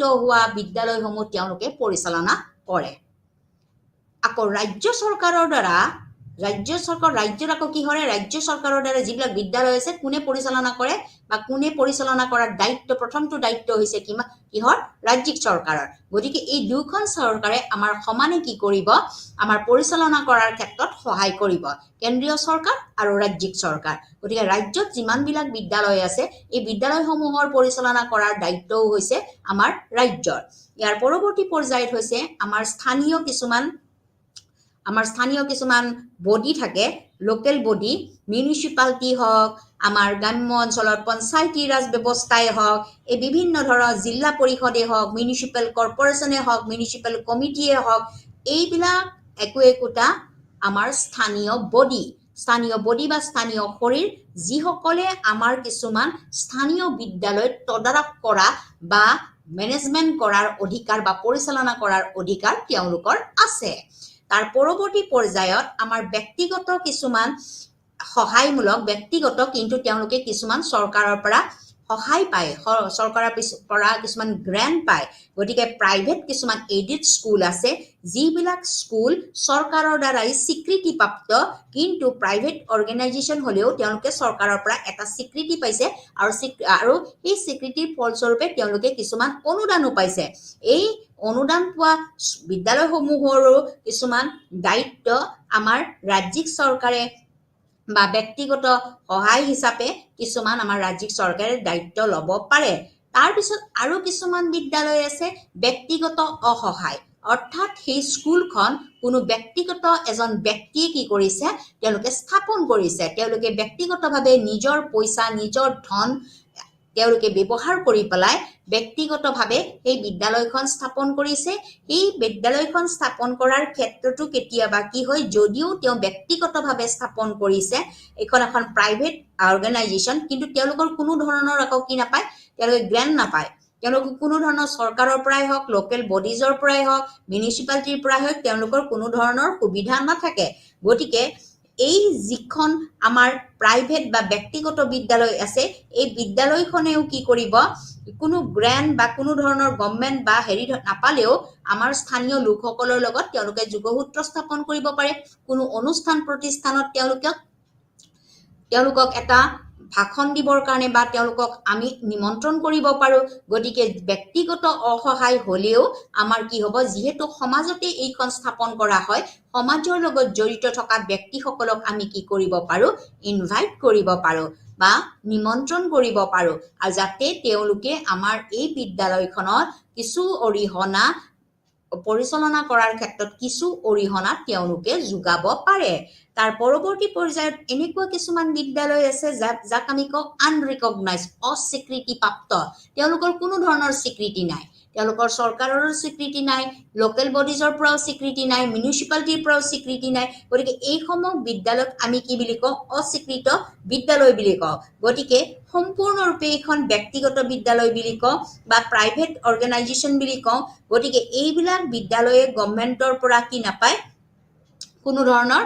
সহায় নাপায় কিন্তু তেওঁলোকে যিটো পৰীক্ষা পাতিব বা যিটো পৰীক্ষা নিয়ন্ত্ৰণ কৰিব এই পৰীক্ষাটো কিন্তু কোনো চৰকাৰৰ কোনো এখন এপ্ৰুভেল বৰ্ডৰ পৰাই তেওঁলোকে কি কৰিব লাগিব এই পৰীক্ষাটো তেওঁলোকে পাতিব লাগিব যিসমূহ পৰীক্ষা পতা হয় তেওঁলোকে ব্যক্তিগতভাৱে পাতিব নোৱাৰে যদিও অস্বীকৃত আনৰেকগনাইজ স্কুল ফ্ৰম দ্য গভৰ্ণমেণ্ট চৰকাৰৰ পৰা যিহেতু সিহঁতৰ স্বীকৃতি নাই তথাপিও তেওঁলোকে যিসমূহ পৰীক্ষা পাতিব বা বন্ধৰ তালিকা তেওঁলোকে প্ৰস্তুত কৰিব বা যিসমূহ পাঠ্যক্ৰম তেওঁলোকে ল'ৰা ছোৱালীৰ আগত দিব এই সকলোখিনি কিন্তু আমাৰ চৰকাৰৰ অন্যান্য চৰকাৰৰ স্বীকৃতিপ্ৰাপ্ত বিদ্যালয়সমূহৰ লগত একে হ'ব লাগিব আৰু তেওঁলোকৰ পৰীক্ষা ব্যৱস্থাও আমাৰ চৰকাৰৰ পৰা স্বীকৃতিপ্ৰাপ্ত কোনো এখন বৰ্ডৰ পৰাই তেওঁলোকে কি কৰিব লাগিব দিব লাগিব যি কি নহওক আমাৰ ভাৰতৰ প্ৰাথমিক শিক্ষাৰ ব্যৱস্থাৰ ক্ষেত্ৰত বা পৰিচালনাৰ কৰাৰ ক্ষেত্ৰত আমাৰ নিম্নলিখিত দিশসমূহে গুৰুত্বপূৰ্ণ ভূমিকা গ্ৰহণ কৰে প্ৰথমটো হৈছে চৰকাৰ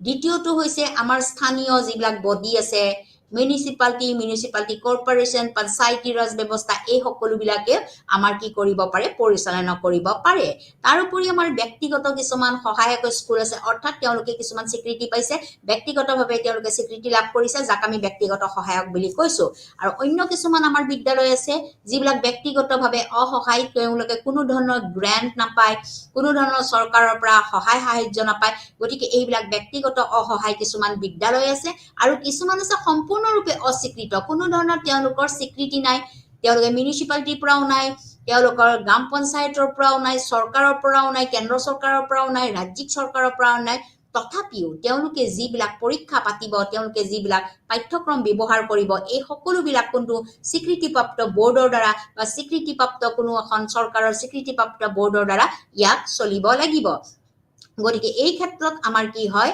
আমাৰ মেনেজমেন্টৰ বিষয়বস্তুটো আমি এনেকে কৰিব পাৰো আমি ভাগ কৰি পেলাই ইয়াক ব্যৱস্থা আমি হাতত ল'ব পাৰো গতিকে ভাৰত চৰকাৰৰ যিকোনো আমাৰ ভাৰতত যিবিলাক শিক্ষা ব্যৱস্থা আছে এই শিক্ষা ব্যৱস্থাৰ মূলতেই হৈছে আমাৰ মেনেজমেন্ট ব্যৱস্থা বা পৰিচালনাৰ ব্যৱস্থা গতিকে পৰিচালনাৰ ব্যৱস্থাটো আমাৰ পোন প্ৰথমবাৰৰ বাবে আমাৰ যিবিলাক গ্ৰাম্য অঞ্চল আছে বা চহৰ অঞ্চল আছে এই গ্ৰাম্য অঞ্চল বা চহৰ অঞ্চলত যিকোনো ক্ষেত্ৰত আমাৰ যিবিলাক অনুষ্ঠান আছে লোকেল বডি স্থানীয় লোকসকলে আমাৰ অংশগ্ৰহণ কৰিব পাৰে আকৌ সেন্ট্ৰেল লেভেলত আমাৰ সেন্ট্ৰেল গভৰ্ণমেণ্টে কি কৰিব পাৰে ইয়াক তদাৰক কৰিব পাৰে আইদাৰ ইট ইজ প্ৰাইভেট এন্টাৰপ্ৰাইজ এটো যদিও আমাৰ ব্যক্তিগতকৰণে হওক বা আমাৰ চৰকাৰীকৰণেই হওক আমাৰ সেন্ট্ৰেল গভৰ্ণমেণ্টে আমাক কি কৰিব পাৰে মেনেজমেন্টত সহায় কৰিব পাৰে তাৰ পৰৱৰ্তী পৰ্যায়ত আমাৰ কিছুমান কি আছে এডুকেশ্যনেল ট্ৰাষ্ট আছে ট্ৰাষ্টৰ অধীনতো কিছুমান বিদ্যালয় আমাৰ ভাৰতবৰ্ষত কি হয় চলে বা আমাৰ ভাৰতবৰ্ষত আমাৰ কিছুমান বিদ্যালয়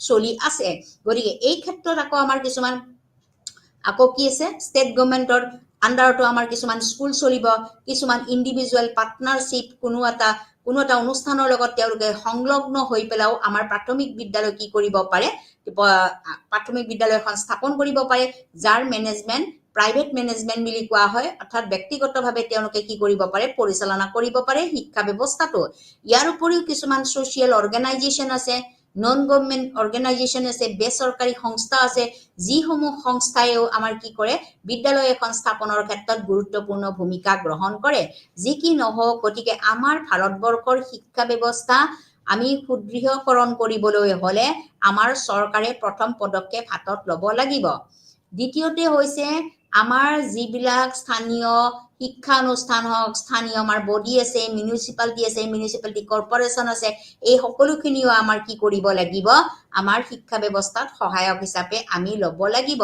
আৰু ব্যক্তিগত সহায়ক কিছুমান বিদ্যালয় আছে যি বিদ্যালয়সমূহে ব্যক্তিগতভাৱে আমাৰ স্থাপন কৰা হয় ব্যক্তিগতভাৱে স্থাপন কৰা হৈ যদিও আমাৰ তেওঁলোকে কোনো এটা অনুষ্ঠানৰ পৰা তেওঁলোকে স্বীকৃতি লয় বা স্বীকৃতিপ্ৰাপ্ত অনুষ্ঠান হিচাপে তেওঁলোকে পাৰমিশন লৈহে আৰু সেই পাৰমিশনৰ ফলস্বৰূপে সেইখন বিদ্যালয় চলি থাকে আৰু কিছুমান আছে ব্যক্তিগত অসহায় তাৰমানে কোনো ধৰণৰ তেওঁলোকে গ্ৰেণ্ট নাপায় বা তেওঁলোকৰ তেনেকুৱা কোনো আমাৰ অৰ্গানাইজেশ্যনৰ জৰিয়তে তেওঁলোকে স্বীকৃতি নলয় যাক আমি ব্যক্তিগত অসহায় স্কুল বুলি কৈছো তেওঁলোকৰ কোনো ধৰণৰ পইচা বা কোনো ধৰণৰ টকা পইচা চৰকাৰৰ ফালৰ পৰা নাহে বা সহায় সাহায্য তেওঁলোকে নাপায় গতিকে ব্যক্তিগত অসহায় বিদ্যালয়সমূহেও এক গুৰুত্বপূৰ্ণ ভূমিকা আমাৰ গ্ৰহণ কৰি আহিছে যাক পৰিচালনা কৰাৰ দায়িত্বও আমাৰ স্থানীয় লোকসকলৰ লগতেও আমাৰ কেতিয়াবা চৰকাৰেও আমাক কি কৰিব পাৰে সেইসমূহ বিদ্যালয়ত আমি মাতি আনি নিমন্ত্ৰণ কৰি পেলাই আমি বিদ্যালয়খনৰ কথা অৱগত কৰাব পাৰো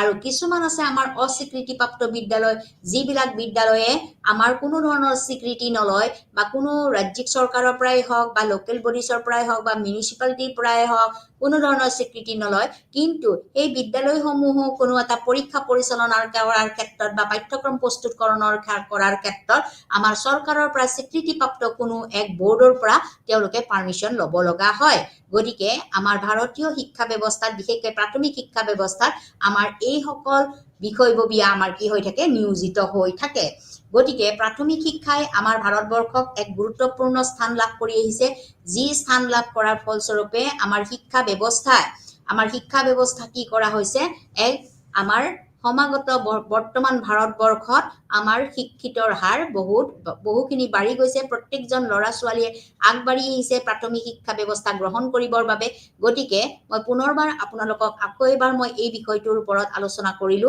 যে প্ৰাথমিক শিক্ষা হৈছে 6 বছৰৰ পৰা 11 বছৰ বয়স য'ত নিম্ন প্ৰাথমিক আৰু উচ্চ প্ৰাথমিক হিচাপে আমি সামৰি লওঁ গতিকে নিম্ন প্ৰাথমিকক আমি 6ৰ পৰা 11 বছৰ আৰু উচ্চ প্ৰাথমিকক আমি 11ৰ পৰা 14 বছৰৰ বয়সৰ ভিতৰত উচ্চ প্ৰাথমিক বিদ্যালয় সামৰি লোৱা হয় কিন্তু আমাৰ ভাৰতবৰ্ষ স্বাধীনতা লাভ কৰাৰ পিছত চৰকাৰে 6ৰ পৰা 14 বছৰ বয়সলৈকে বিনামূলীয়া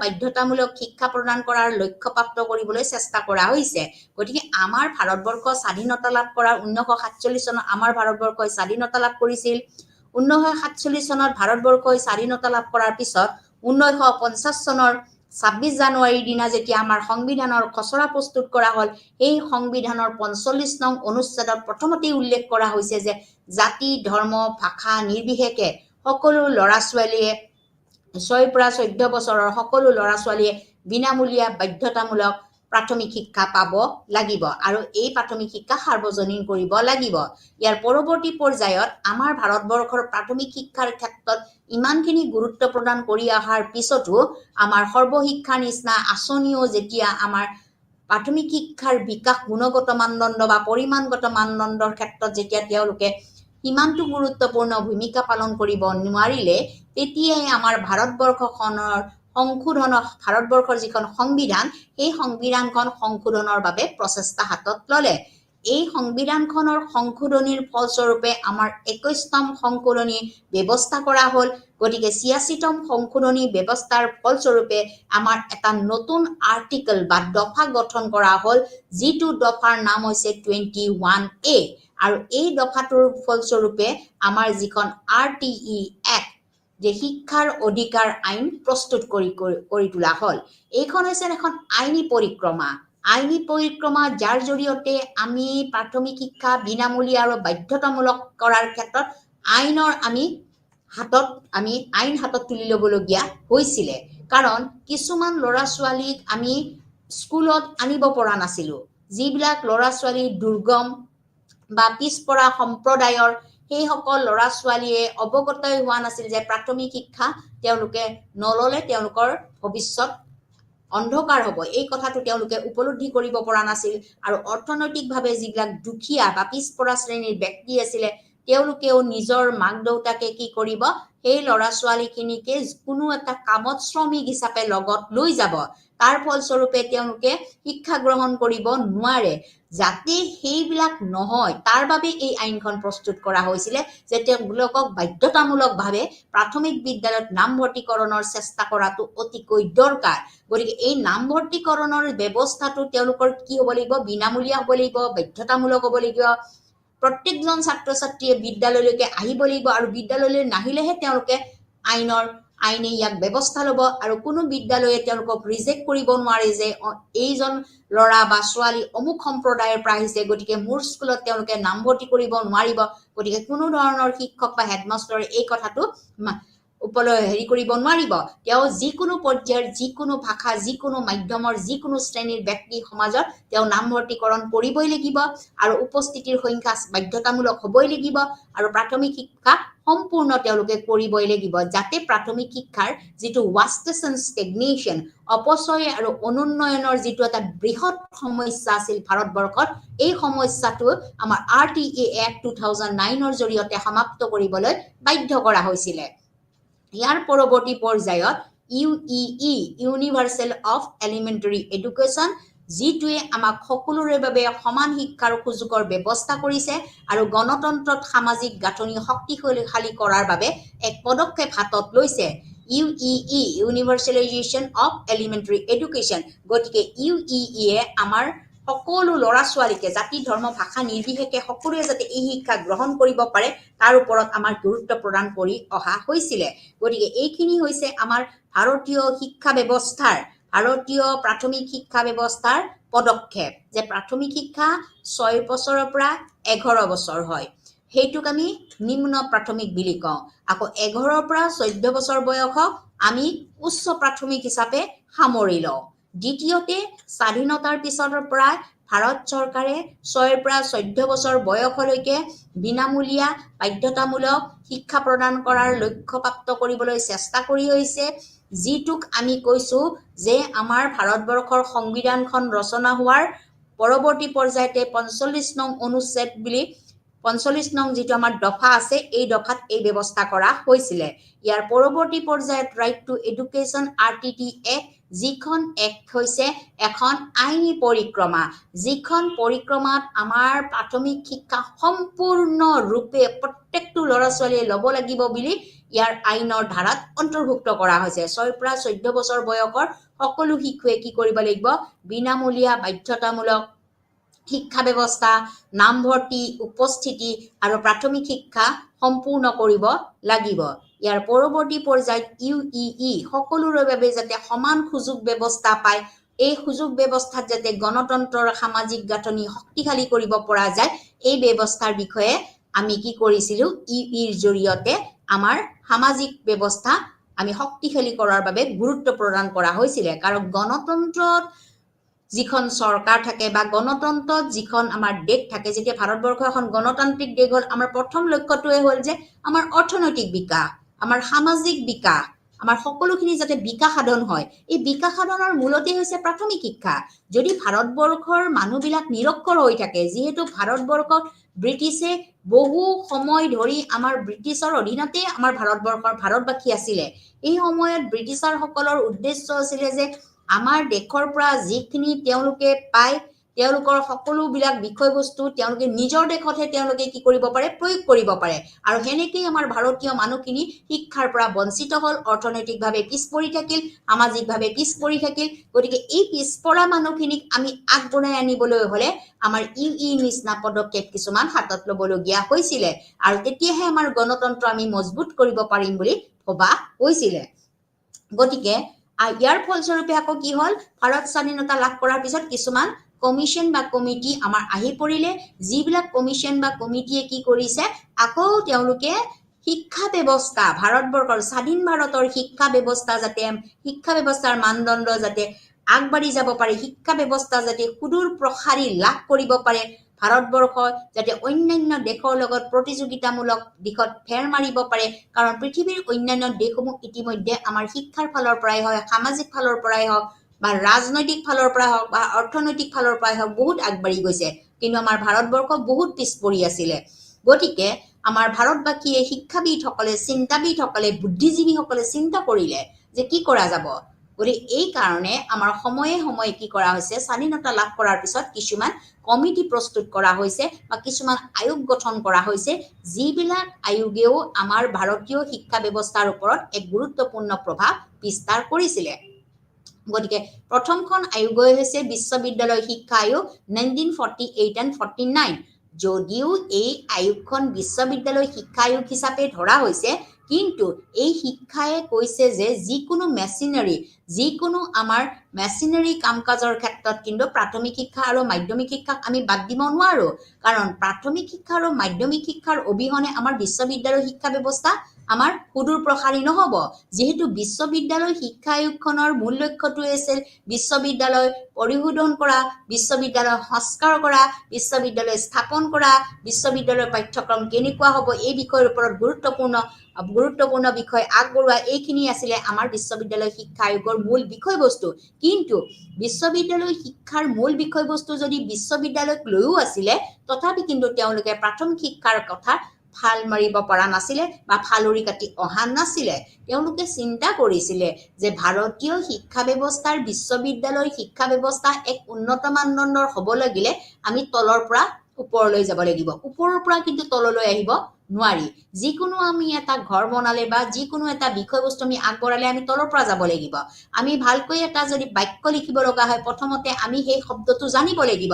সেই ভাষাটো জানিব লাগিব এই ভাষাটোৰ প্ৰত্যেকটো শব্দ জানাৰ পিছতহে আমি বাক্য বা শব্দ আমি ৰচনা কৰিব পাৰো কোনো এটা শব্দ ৰচনা কৰিব পাৰো আৰু সেই আখৰটো চিনি পোৱাৰ পিছত শব্দ ৰচনা কৰিব পাৰো আৰু শব্দৰ পৰা আমি কি কৰিব পাৰো বাক্য ৰচনা কৰিব পাৰো ঠিক সেইদৰে আমাৰ বিশ্ববিদ্যালয় শিক্ষা আয়োগ 1948 আৰু 49ৰ যিখন শিক্ষা আয়োগ এই শিক্ষা আয়োগেও কি কৰিছিলে যদিও বিশ্ববিদ্যালয় শিক্ষাৰ কথা তেওঁলোকে অৱগত কৰিছিলে কিন্তু তেওঁলোকে প্ৰাথমিক শিক্ষাৰ পৰা ফালৰি কটি অহা নাছিলে ইয়াৰ পৰৱৰ্তী পৰ্যায়ত হৈছে মাধ্যমিক শিক্ষা আয়োগ যিখন আয়োগে 1952 আৰু 53 চনত এই আয়োগখন গঠন কৰা হৈছিল এই আয়োগখন গঠন কৰাৰ অন্যতা এই আয়োগখনৰ নাম হৈছে যে মুডালিয়ৰ আয়োগ কাৰণ এইখন আয়োগ গঠন হৈছিল স্বামী মুডালিয়ৰ আয়োগৰ দ্বাৰা এইখন গঠন কৰা হৈছিল গতি অন্য এটা নাম হৈছে যে মুডালিয়ৰ আয়োগ গতি মাধ্যমিক শিক্ষা আয়োগখনৰ মূল লক্ষ্য হৈছিল যে মাধ্যমিক শিক্ষা ব্যৱস্থা আমাৰ বৃত্তিমুখীকৰণ কৰি তোলা মাধ্যমিক শিক্ষা ব্যৱস্থা কলা বিজ্ঞান আৰু আমাৰ বাণিজ্য শাখা অন্তৰ্ভুক্ত কৰা বিভিন্ন শ্ৰেণীৰ পাঠ্যক্ৰমৰ ওপৰত গুৰুত্ব দিয়া আমাৰ পাঠ্যক্ৰম আমাৰ এক্সপান্ড কৰা বহুল পৰিমাণৰ বিষয়বস্তু তাত অন্তৰ্ভুক্ত কৰা মাধ্যমিক শিক্ষা ব্যৱস্থাৰ গুণগত মানদণ্ডৰ বিকাশ সাধন কৰা তথাপিও এই মাধ্যমিক শিক্ষা ব্যৱস্থায়ও কিন্তু প্ৰাথমিক শিক্ষাৰ ব্যৱস্থাৰ পিছতহে মাধ্যমিক শিক্ষাৰ কথা তেওঁলোকে চিন্তা কৰিছিল যদি প্ৰাথমিক শিক্ষাৰ গুণগত মানদণ্ড উন্নত মানদণ্ডৰ নহয় তেতিয়াহলে আমি মাধ্যমিক শিক্ষাৰ কথা কি কৰিব নোৱাৰো উপলব্ধি কৰিব নোৱাৰো ইয়াৰ পৰৱৰ্তী পৰ্যায়ত হৈছে যে কুঠাৰী শিক্ষা আয়োগ যিখন শিক্ষা আয়োগেও আমাৰ ভাৰতবৰ্ষৰ শিক্ষা ব্যৱস্থাত ইতিহাসত এক গুৰুত্বপূৰ্ণ স্থান লাভ কৰি আহিছে এই কুঠাৰী আয়োগখন গঠন কৰা হৈছিল 1964-66 যিখনে আমাৰ সুদূৰ প্ৰসাৰী স্থান লাভ কৰিছে কাৰণ কুঠাৰী আয়োগে চিন্তা কৰিছিলে যে আমাৰ দেশৰ ভৱিষ্যত কিন্তু সদায় নিৰ্ভৰ কৰে আমাৰ ওপৰত ছাত্ৰ ছাত্ৰীসকলৰ ওপৰত শিক্ষাৰ ওপৰত গতিকে আমি আমাৰ দেশখনক আগুৱাই নিবলৈ হলে আমি প্ৰথমতে শিক্ষা ব্যৱস্থাটো কি কৰিব লাগিব আধুনিকৰণ কৰিব লাগিব মডাৰ্ণ এডুকেশ্যনৰ ওপৰত আমি গুৰুত্ব দিব লাগিব এডুকেশ্যন ইজ এ মডাৰ্ণাইজেশ্যন ইয়াৰ সমান্তৰালভাৱে যদিও শিক্ষা মডাৰ্ণাইজেশ্যন কৰা হ'ব আমি কোনো নৈতিক কোনো আধ্যাত্মিক চিন্তা চৰ্চা বা মূল্যবোধৰ পৰা আঁতৰি আহিব নালাগিব অৰ্থাৎ আমাৰ মৰেল স্পিৰিচুৱেল আৰু ছ'চিয়েল ভেলিউজ নৈতিক আধ্যাত্মিক আৰু সামাজিক মূল্যবোধটো কিন্তু আমি সদায় পৰিচয় হিচাপে ৰাখিব লাগিব ইয়াৰ সমান্তৰালকৈ আমাৰ যিখিনি উৎপাদিত সামগ্ৰী এই উৎপাদিত সামগ্ৰীসমূহ যাতে আমি নিজৰ দেশতে আমি কি কৰিব পাৰো বিক্ৰী কৰিব পাৰো এই কথাটো উপলব্ধি কৰি পেলাই আমাৰ কৰ্ম অভিজ্ঞতাৰ নামৰ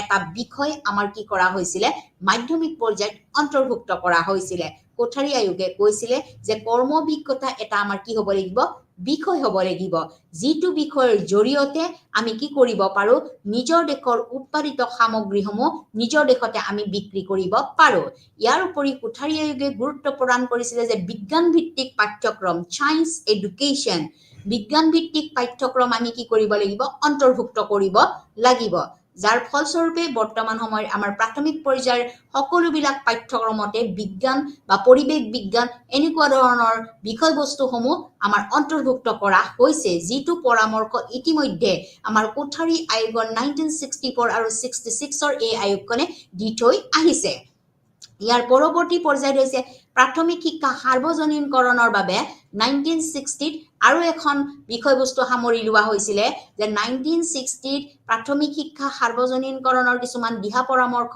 আগবঢ়াইছিলে সাৰ্বজনীন কৰিবৰ কাৰণে যেহেতু আমাৰ ভাৰতবৰ্ষ বহুত পিছ পৰি আছে শিক্ষাৰ ফালৰ পৰাই হওক বা সামাজিক দিশতে হওক সেই সময়তো অভিভাৱকসকলে বহুতো অজ্ঞাত আছিল বা তেওঁলোকে নাজানে যে আমি প্ৰাথমিক শিক্ষাত বা প্ৰাথমিক শিক্ষা ল'ৰা ছোৱালীক দিব লাগিব বা প্ৰাথমিক বিদ্যালয়লৈ পঠিয়াব লাগিব ইয়াৰ বাবে যাতে প্ৰাথমিক শিক্ষা সাৰ্বজনীন হয় ইউনিভাৰ্সেল হয় তাৰ বাবে আমাৰ এই সাৰ্বজনীনকৰণৰ এই ব্যৱস্থাটো হাতত লোৱা হৈছিল ইয়াৰ পৰৱৰ্তী পৰ্যায়ত হৈছে শিক্ষাৰ ৰাষ্ট্ৰীয় নীতি 1964-68 যিখন ৰাষ্ট্ৰীয় শিক্ষা নীতিও আমাৰ কি কৰিছিলে প্ৰাথমিক শিক্ষাৰ ক্ষেত্ৰত গুৰুত্বপূৰ্ণ ভূমিকা গ্ৰহণ কৰিছিলে প্ৰাথমিক শিক্ষাৰ গুণগত মানদণ্ডৰ কথা কৈছিলে প্ৰাথমিক শিক্ষা আমি এক উচ্চ পৰ্যায়লৈ নিব লাগে বুলি আমাৰ শিক্ষাৰ ৰাষ্ট্ৰীয় নীতি 1968 ঘোষণা কৰিছিলে ইয়াৰ পৰৱৰ্তী পৰ্যায়ত শিক্ষাৰ ৰাষ্ট্ৰীয় নীতি 1979 যিখন এখন গুৰুত্বপূৰ্ণ আমাৰ শিক্ষা নীতি যিখন নীতিয়ে কৈছিলে যে আমাৰ শিক্ষা ব্যৱস্থা আগবঢ়াই নিবলৈ হলে আমি কি কৰিব লাগিব প্ৰথমতে আমি ল'ৰা ছোৱালীখিনি 6 পৰা 14 বছৰৰ সকলোখিনি ল'ৰা ছোৱালী কি কৰিব লাগিব এটা বিনামূলীয়া আমি ইনষ্ট্ৰাকচন দিব লাগিব বিনামূলীয়া নিৰ্দেশনা দিব লাগিব যিটো নিৰ্দেশনাৰ জৰিয়তে আমি 6 পৰা 14 বছৰৰ ল'ৰা ছোৱালীখিনি প্ৰাথমিক শিক্ষাত আমি অন্তৰ্ভুক্ত কৰিব পাৰো আৰু বিশেষকৈ আমাৰ প্ৰাথমিক শিক্ষাৰ প্ৰথমটোৱে আমাৰ প্ৰথমটোৱে লক্ষ্য আছিলে বা প্ৰথমটোৱে আমাৰ লক্ষ্য আছিলে যে আমি কি কৰিব লাগিব প্ৰাথমিক শিক্ষা আমি এটা প্ৰাকৃতিক শিক্ষা হিচাপে বা সাধাৰণ প্ৰাকৃতিক শিক্ষা হিচাপে ধৰিব লাগিব ইয়াত কোনো বিশেষ শিক্ষা হিচাপে আমি ধৰিব নালাগিব গতিকে ইয়াৰ ক্ষেত্ৰত আমাৰ কি হৈছিলে প্ৰতিজ্ঞাবদ্ধ হৈছিলে যে শিক্ষাৰ ৰাষ্ট্ৰীয় শিক্ষা নীতিখনে কৈছিলে যে প্ৰাথমিক শিক্ষা হ'ব লাগিব আমাৰ কেনেকুৱা আমাৰ সাধাৰণ শিক্ষা ব্যৱস্থা হ'ব লাগিব প্ৰাকৃতিক সাধাৰণ শিক্ষা ব্যৱস্থা হ'ব লাগিব আৰু এটো কোনো বিশেষ শিক্ষা ব্যৱস্থা হ'ব নোৱাৰে ইয়াৰ পৰৱৰ্তী পৰ্যায়ত অন্যখন গুৰুত্বপূৰ্ণ শিক্ষাৰ ৰাষ্ট্ৰীয় নীতি যিখন 1986 গঠন কৰা হৈছিল এইখনেই আমাৰ ভাৰতবৰ্ষৰ শিক্ষাত বহুতো সুদূৰ প্ৰসাৰী প্ৰভাৱ পেলাই থৈ গৈছে আৰু এই প্ৰভাৱে আমাৰ কি কৰিছে বৰ্তমান সময়ত আমি এইবিলাক বস্তু আমি আনিবলৈ পাৰিছিলো গতিকে এইখন যিখন ৰাষ্ট্ৰীয় শিক্ষানীতি এই শিক্ষানীতিখনে কৈছিলে যে ৰাষ্ট্ৰীয় পৰ্যায়ত আমাৰ শিক্ষা ব্যৱস্থা কি হ'ব লাগে স্থান লাভ কৰিব লাগে গতিকে আমাৰ প্ৰাথমিক শিক্ষাৰ ক্ষেত্ৰত প্ৰথমবাৰৰ বাবে আমাৰ এটা পদক্ষেপ হাতত লোৱা হৈছিল যে mid day meal operation blackboard DPEP district elementary of primary education teacher training আমাৰ শিক্ষকৰ প্ৰশিক্ষণৰ ব্যৱস্থা এই সকলোবিলাক বিষয়বস্তু কিন্তু আমাৰ শিক্ষাৰ ৰাষ্ট্ৰীয় নীতি 1986 সামৰি লৈছিলে গতিকে 1986ৰ যিখন ৰাষ্ট্ৰীয় শিক্ষা নীতি এইখন শিক্ষা নীতিয়ে আমাৰ ভাৰতবৰ্ষৰ শিক্ষাৰ ক্ষেত্ৰত কি কৰিছে এক সুদূৰ প্ৰসাৰী স্থান লাভ কৰিছে কাৰণ সেই সময়তে আমাৰ যিখন ৰাষ্ট্ৰীয় নীতি গঠন কৰা হৈছিল 1986 চনত সেই সময়ৰ যুৱ প্ৰধানমন্ত্ৰী প্ৰয়াত ৰাজীৱ গান্ধীৰ নেতৃত্বত এইখন আমাৰ শিক্ষানীতি প্ৰস্তুত কৰা হৈছিল গতিকে এই শিক্ষানীতিখনত আমাৰ ভাৰতবৰ্ষৰ কোনো শ্ৰেণী বাদ পৰি যোৱা নাছিলে জাতি ধৰ্ম ভাষা নিৰ্বিশেষে সকলো ল'ৰা ছোৱালী যাতে পাঠদানৰ বাবে আগ্ৰহী হয় তাৰ বাবে মিড ডে মিলৰ ব্যৱস্থা কৰা হৈছিল কাৰণ আমাৰ ভাৰতবৰ্ষ বৰ্তমান সময়লৈকে অৰ্থনৈতিকভাৱে এতিয়াও পিছ পৰি আছে গতিকে সেই সময়তো আমাৰ যেটো ল'ৰা ছোৱালীখিনি তেওঁলোকে স্কুললৈ পঠাব নোৱাৰে দুবেলা দুসাজ ভাতৰ কাৰণে তেওঁলোকৰ বহুত সমস্যা হয় গতিকে ল'ৰা ছোৱালীসকলক যেতিয়া দুপৰীয়াৰ আহাৰ যোগান ধৰিব নোৱাৰে গতিকে এই ৰাষ্ট্ৰীয় শিক্ষা নীতিখনত উল্লেখ কৰা হৈছিল যে প্ৰত্যেকজন ল'ৰা ছোৱালীয়ে দুপৰীয়াৰ আহাৰ গ্ৰহণ কৰিব পাৰিব গতিকে তেওঁলোকক মাক দেউতাকে কোনো কামত শ্ৰমিক হিচাপে ব্যৱহাৰ নকৰি যাতে স্কুললৈ পঠায় তাৰ যাৱতীয় সামগ্ৰীসমূহ যিখিনি তেওঁলোকক লিখা পঢ়াৰ বাবে দৰকাৰ যাৱতীয় সামগ্ৰীসমূহ চৰকাৰে যোগান ধৰিব বুলি আমাৰ ৰাষ্ট্ৰীয় শিক্ষা নীতিত উল্লেখ আছিল ইয়াৰ পৰৱৰ্তী পৰ্যায়ত প্ৰগ্ৰেম অফ একচন যিখন কাৰ্যকৰী অফ একচন 1992 হ'ল এইখনে কি কৰিলে কিছুমান আমাৰ প্ৰভিজন হাতত ললে বা সুবিধা হাতত ললে যিয়ে আমাৰ কৈছিলে যে আমাৰ প্ৰাথমিক শিক্ষা 6 পৰা 14 বছৰ ল'ৰা ছোৱালীৰ ভিতৰত সামৰি ল'ব লাগিব গতিকে এই আঁচনিখনে কৈছিলে যিটো অপাৰেশ্যন ব্লেকবোৰ্ড আঁচনি ৰাষ্ট্ৰীয় শিক্ষা নীতি 1986 উল্লেখ কৰিছিলে যে অপাৰেশ্যন ব্লেকবোৰ্ড আঁচনিৰ জৰিয়তে আমি ক'ব পাৰিম যে চুকে কোণে থকা ভাৰতবৰ্ষৰ চুকে কোণে থকা কিমানবিলাক প্ৰাথমিক বিদ্যালয়ৰ মানদণ্ড উন্নীতকৰণ হৈছে তেওঁলোকক আগবঢ়াই নিব পাৰিছো এই উন্নীতকৰণৰ বাবে আমি যিখিনি পদক্ষেপ হাতত লৈছিলো এই পদক্ষেপখিনিক আমি সম্পূৰ্ণৰূপে শক্তিশালী কৰিবৰ বাবে অপাৰেশ্যন ব্লেকবোৰ্ড আঁচনিখন শক্তিশালীকৰণ কৰিবৰ বাবে যাতে আমি গুৰুত্বপূৰ্ণ ভূমিকা আমি গ্ৰহণ কৰিব পাৰোঁ আৰু যিটো আমাৰ প্ৰাথমিক বিদ্যালয়ৰ যিটো ষ্টেটাছ বা মানদণ্ড তাৰ প্ৰতি গুৰুত্ব দিব পাৰোঁ এই কথাখিনি আমাৰ উপলব্ধি কৰা হৈছিলে গতিকে তাৰ পৰৱৰ্তী পৰ্যায়ত আমাৰ হৈছে যে আমাৰ নৱম পঞ্চবাৰ্ষিকী পৰিকল্পনা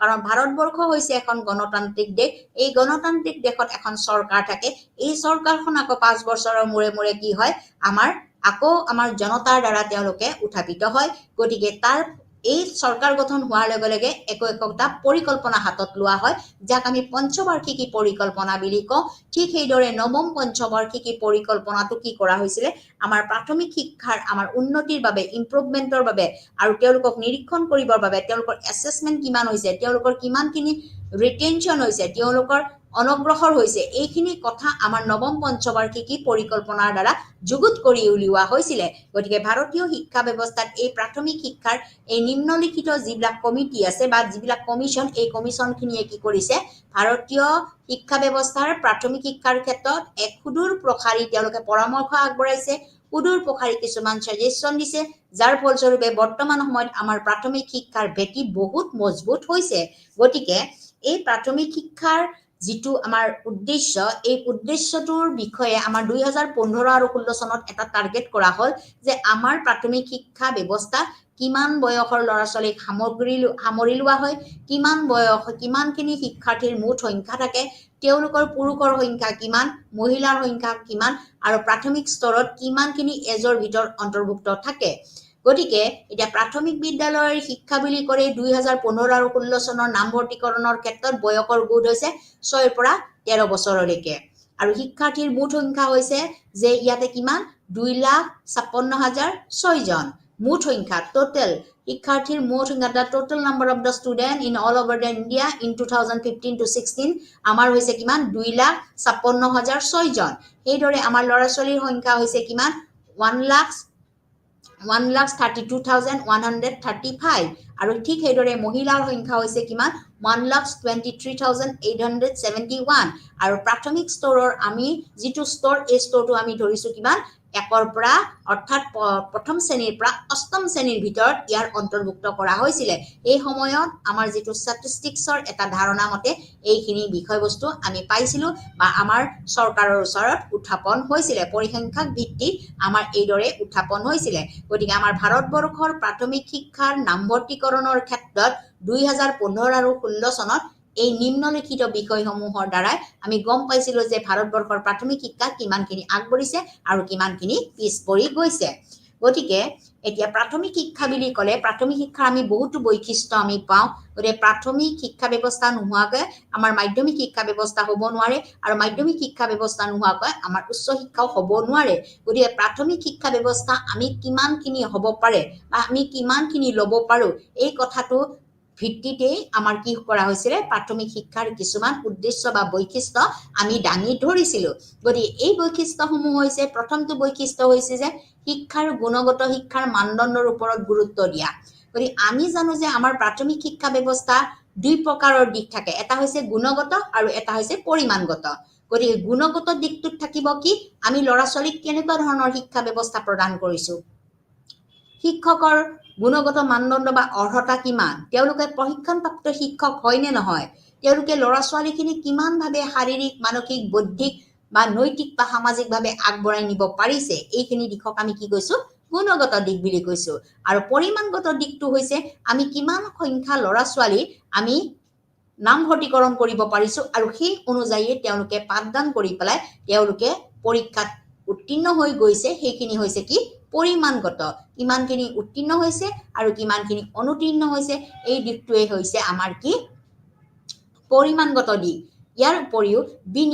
বিনিয়োগ হৈছে এক পন্থা গতিকে আমি কিমান ইনভেষ্টমেন্ট কৰিছো প্ৰাথমিক বিদ্যালয়ৰ ক্ষেত্ৰত আমি কিমান ইনভেষ্টমেন্ট কৰিছো কিমানখিনি আমি বিনিয়োগ কৰিছো এই কথাখিনি আমি উপলব্ধি কৰিব পাৰিব লাগিব তাৰ পৰৱৰ্তী পৰ্যায়ত হৈছে যে সাৰ্বজনীন প্ৰৱেশিকাৰ আৰু নামভৰ্তিকৰণৰ দিশত অগ্ৰগতি আমি কিমানখিনি প্ৰৱেশ কৰিম সাৰ্বজনীন দিশত আমি কিমানখিনি প্ৰৱেশ কৰিম আৰু আমি কিমানখিনি নামভৰ্তিকৰণৰ দিশত অগ্ৰগতি হ'ম এই বিষয়টো হৈছে আমাৰ প্ৰাথমিক শিক্ষাৰ অন্য এটা বৈশিষ্ট্য যিটো বৈশিষ্ট্যৰ জৰিয়তে আমি প্ৰাথমিক শিক্ষাৰ গুণগত আৰু পৰিমাণগত মানদণ্ডৰ কথা আমি জানিব পাৰো যে সাৰ্বজনীনভাৱে তেওঁলোকে কিমানখিনি প্ৰৱেশ হ'ব পাৰিব আৰু নামভৰ্তিৰ দিশত কিমানখিনি অগ্ৰগতি হৈছে ইয়াৰ পৰৱৰ্তী পৰ্যায়ত হৈছে যে প্ৰাথমিক শিক্ষাত সামাজিক শ্ৰেণীৰ ব্যৱধান দূৰ কৰা আমাৰ ভাৰতীয় সমাজ ব্যৱস্থাত আমাৰ সমাজত বহু শ্ৰেণীৰ মানুহ থাকে ধনী দুখীয়া দুৰ্বল সবল গতিকে পুৰুষ মহিলা গতিকে বিভিন্ন জাতি জনজাতি উপজাতি গতিকে এই সকল ব্যক্তিবিলাকৰ যিটো সামাজিক শ্ৰেণী এই শ্ৰেণীত আমি তেওঁলোকক কিদৰে এই ব্যৱধানটো আমি দূৰ কৰিব পাৰো প্ৰাথমিক শিক্ষাৰ ক্ষেত্ৰত কেতিয়াবা কি হয় আমাৰ এটা অঞ্চলত যেনিবা এখন স্কুল এখন সাধাৰণ বিদ্যালয় আছে তাত যেনিবা জনজাতীয় আমাৰ পৰিয়াল বেছিকৈ আছে গতিকে বিদ্যালয়খনে কেতিয়াবা কয় যে আপোনালোকক নামভৰ্তি কৰিব দিব নোৱাৰিম কাৰণ এখন সাধাৰণ বিদ্যালয়ৰহে ছাত্ৰ ছাত্ৰীৰ নামভৰ্তিকৰণ কৰিব পাৰিব গতিকে এনেকুৱা ধৰণৰ কথাবিলাক যাতে প্ৰাথমিক শ্ৰেণীৰ শিক্ষাৰ ব্যৱধান দূৰ হয় তাৰ বাবে আমি চেষ্টা হাতত ল'ব লাগিব তাৰপিছত ধাৰণাৰ দিশত অগ্ৰগতি আমি কেনেকুৱা ধাৰণা ল'ব পাৰো আমি কিদৰে এই ধাৰণাৰ দিশত আমি অগ্ৰগতি কৰিব পাৰো আমি অগ্ৰগতি ধাৰণা অৰ্থাৎ প্ৰাথমিক শিক্ষা মুক্ত বিনামূলীয়া আৰু বাধ্যতামূলক আৰু সাৰ্বজনীনৰ ক্ষেত্ৰত যিটো ধাৰণা এই ধাৰণা কিমান আগবাঢ়ি গৈছে আমি জনাটো অতিকৈ দৰকাৰ গতিকে ধাৰণাৰ দিশত অগ্ৰগতি হৈছে এক গুৰুত্বপূৰ্ণ বিষয়বস্তু যিটো প্ৰাথমিক শিক্ষাৰ এটা আমি বৈশিষ্ট্য হিচাপে ল'ব পাৰো তাৰ পিছত আহিলে যে মৌলিক মানৱ অধিকাৰ the fundamental human rights যেটো মই ইতিমধ্যে আপোনালোকক বহুবাৰ কৈছো যে আমাৰ ভাৰতবৰ্ষ স্বাধীনতা লাভ কৰাৰ পিছত যেতিয়া সংবিধান প্ৰস্তুত কৰা হ'ল 1950 চনৰ 26 জানুৱাৰীৰ দিনাখনৰ পৰা যেতিয়া আমি সংবিধানখন প্ৰস্তুত কৰি উলিয়ালো সেই সংবিধানখনৰ প্ৰথমটোতে 45 নং অনুচ্ছেদতে কোৱা হৈছে যে জাতি ধৰ্ম ভাষা নিৰ্বিশেষে আমি প্ৰাথমিক শিক্ষা মুক্ত বিনামূলীয়া আৰু বাধ্যতামূলক কৰিব লাগিব গতিকে এই বাধ্যতামূলকৰ যিটো দিক সেই সময়ৰ পৰা আহি 2001 চনলৈকে ইতিমধ্যে সেই সময়লৈকে ক'ব পৰা হোৱা নাছিলে যে গতিকে ইতিমধ্যে আপোনালোকৰ আজি এই ক্লাছটো মই ইমানখিনিয়ে বুজালো তাৰ পৰৱৰ্তী পৰ্যায়ত আপোনালোকৰ নতুন এটা পাঠেৰে মই নিশ্চয় আপোনালোকৰ ওচৰত আগবঢ়াম নমস্কাৰ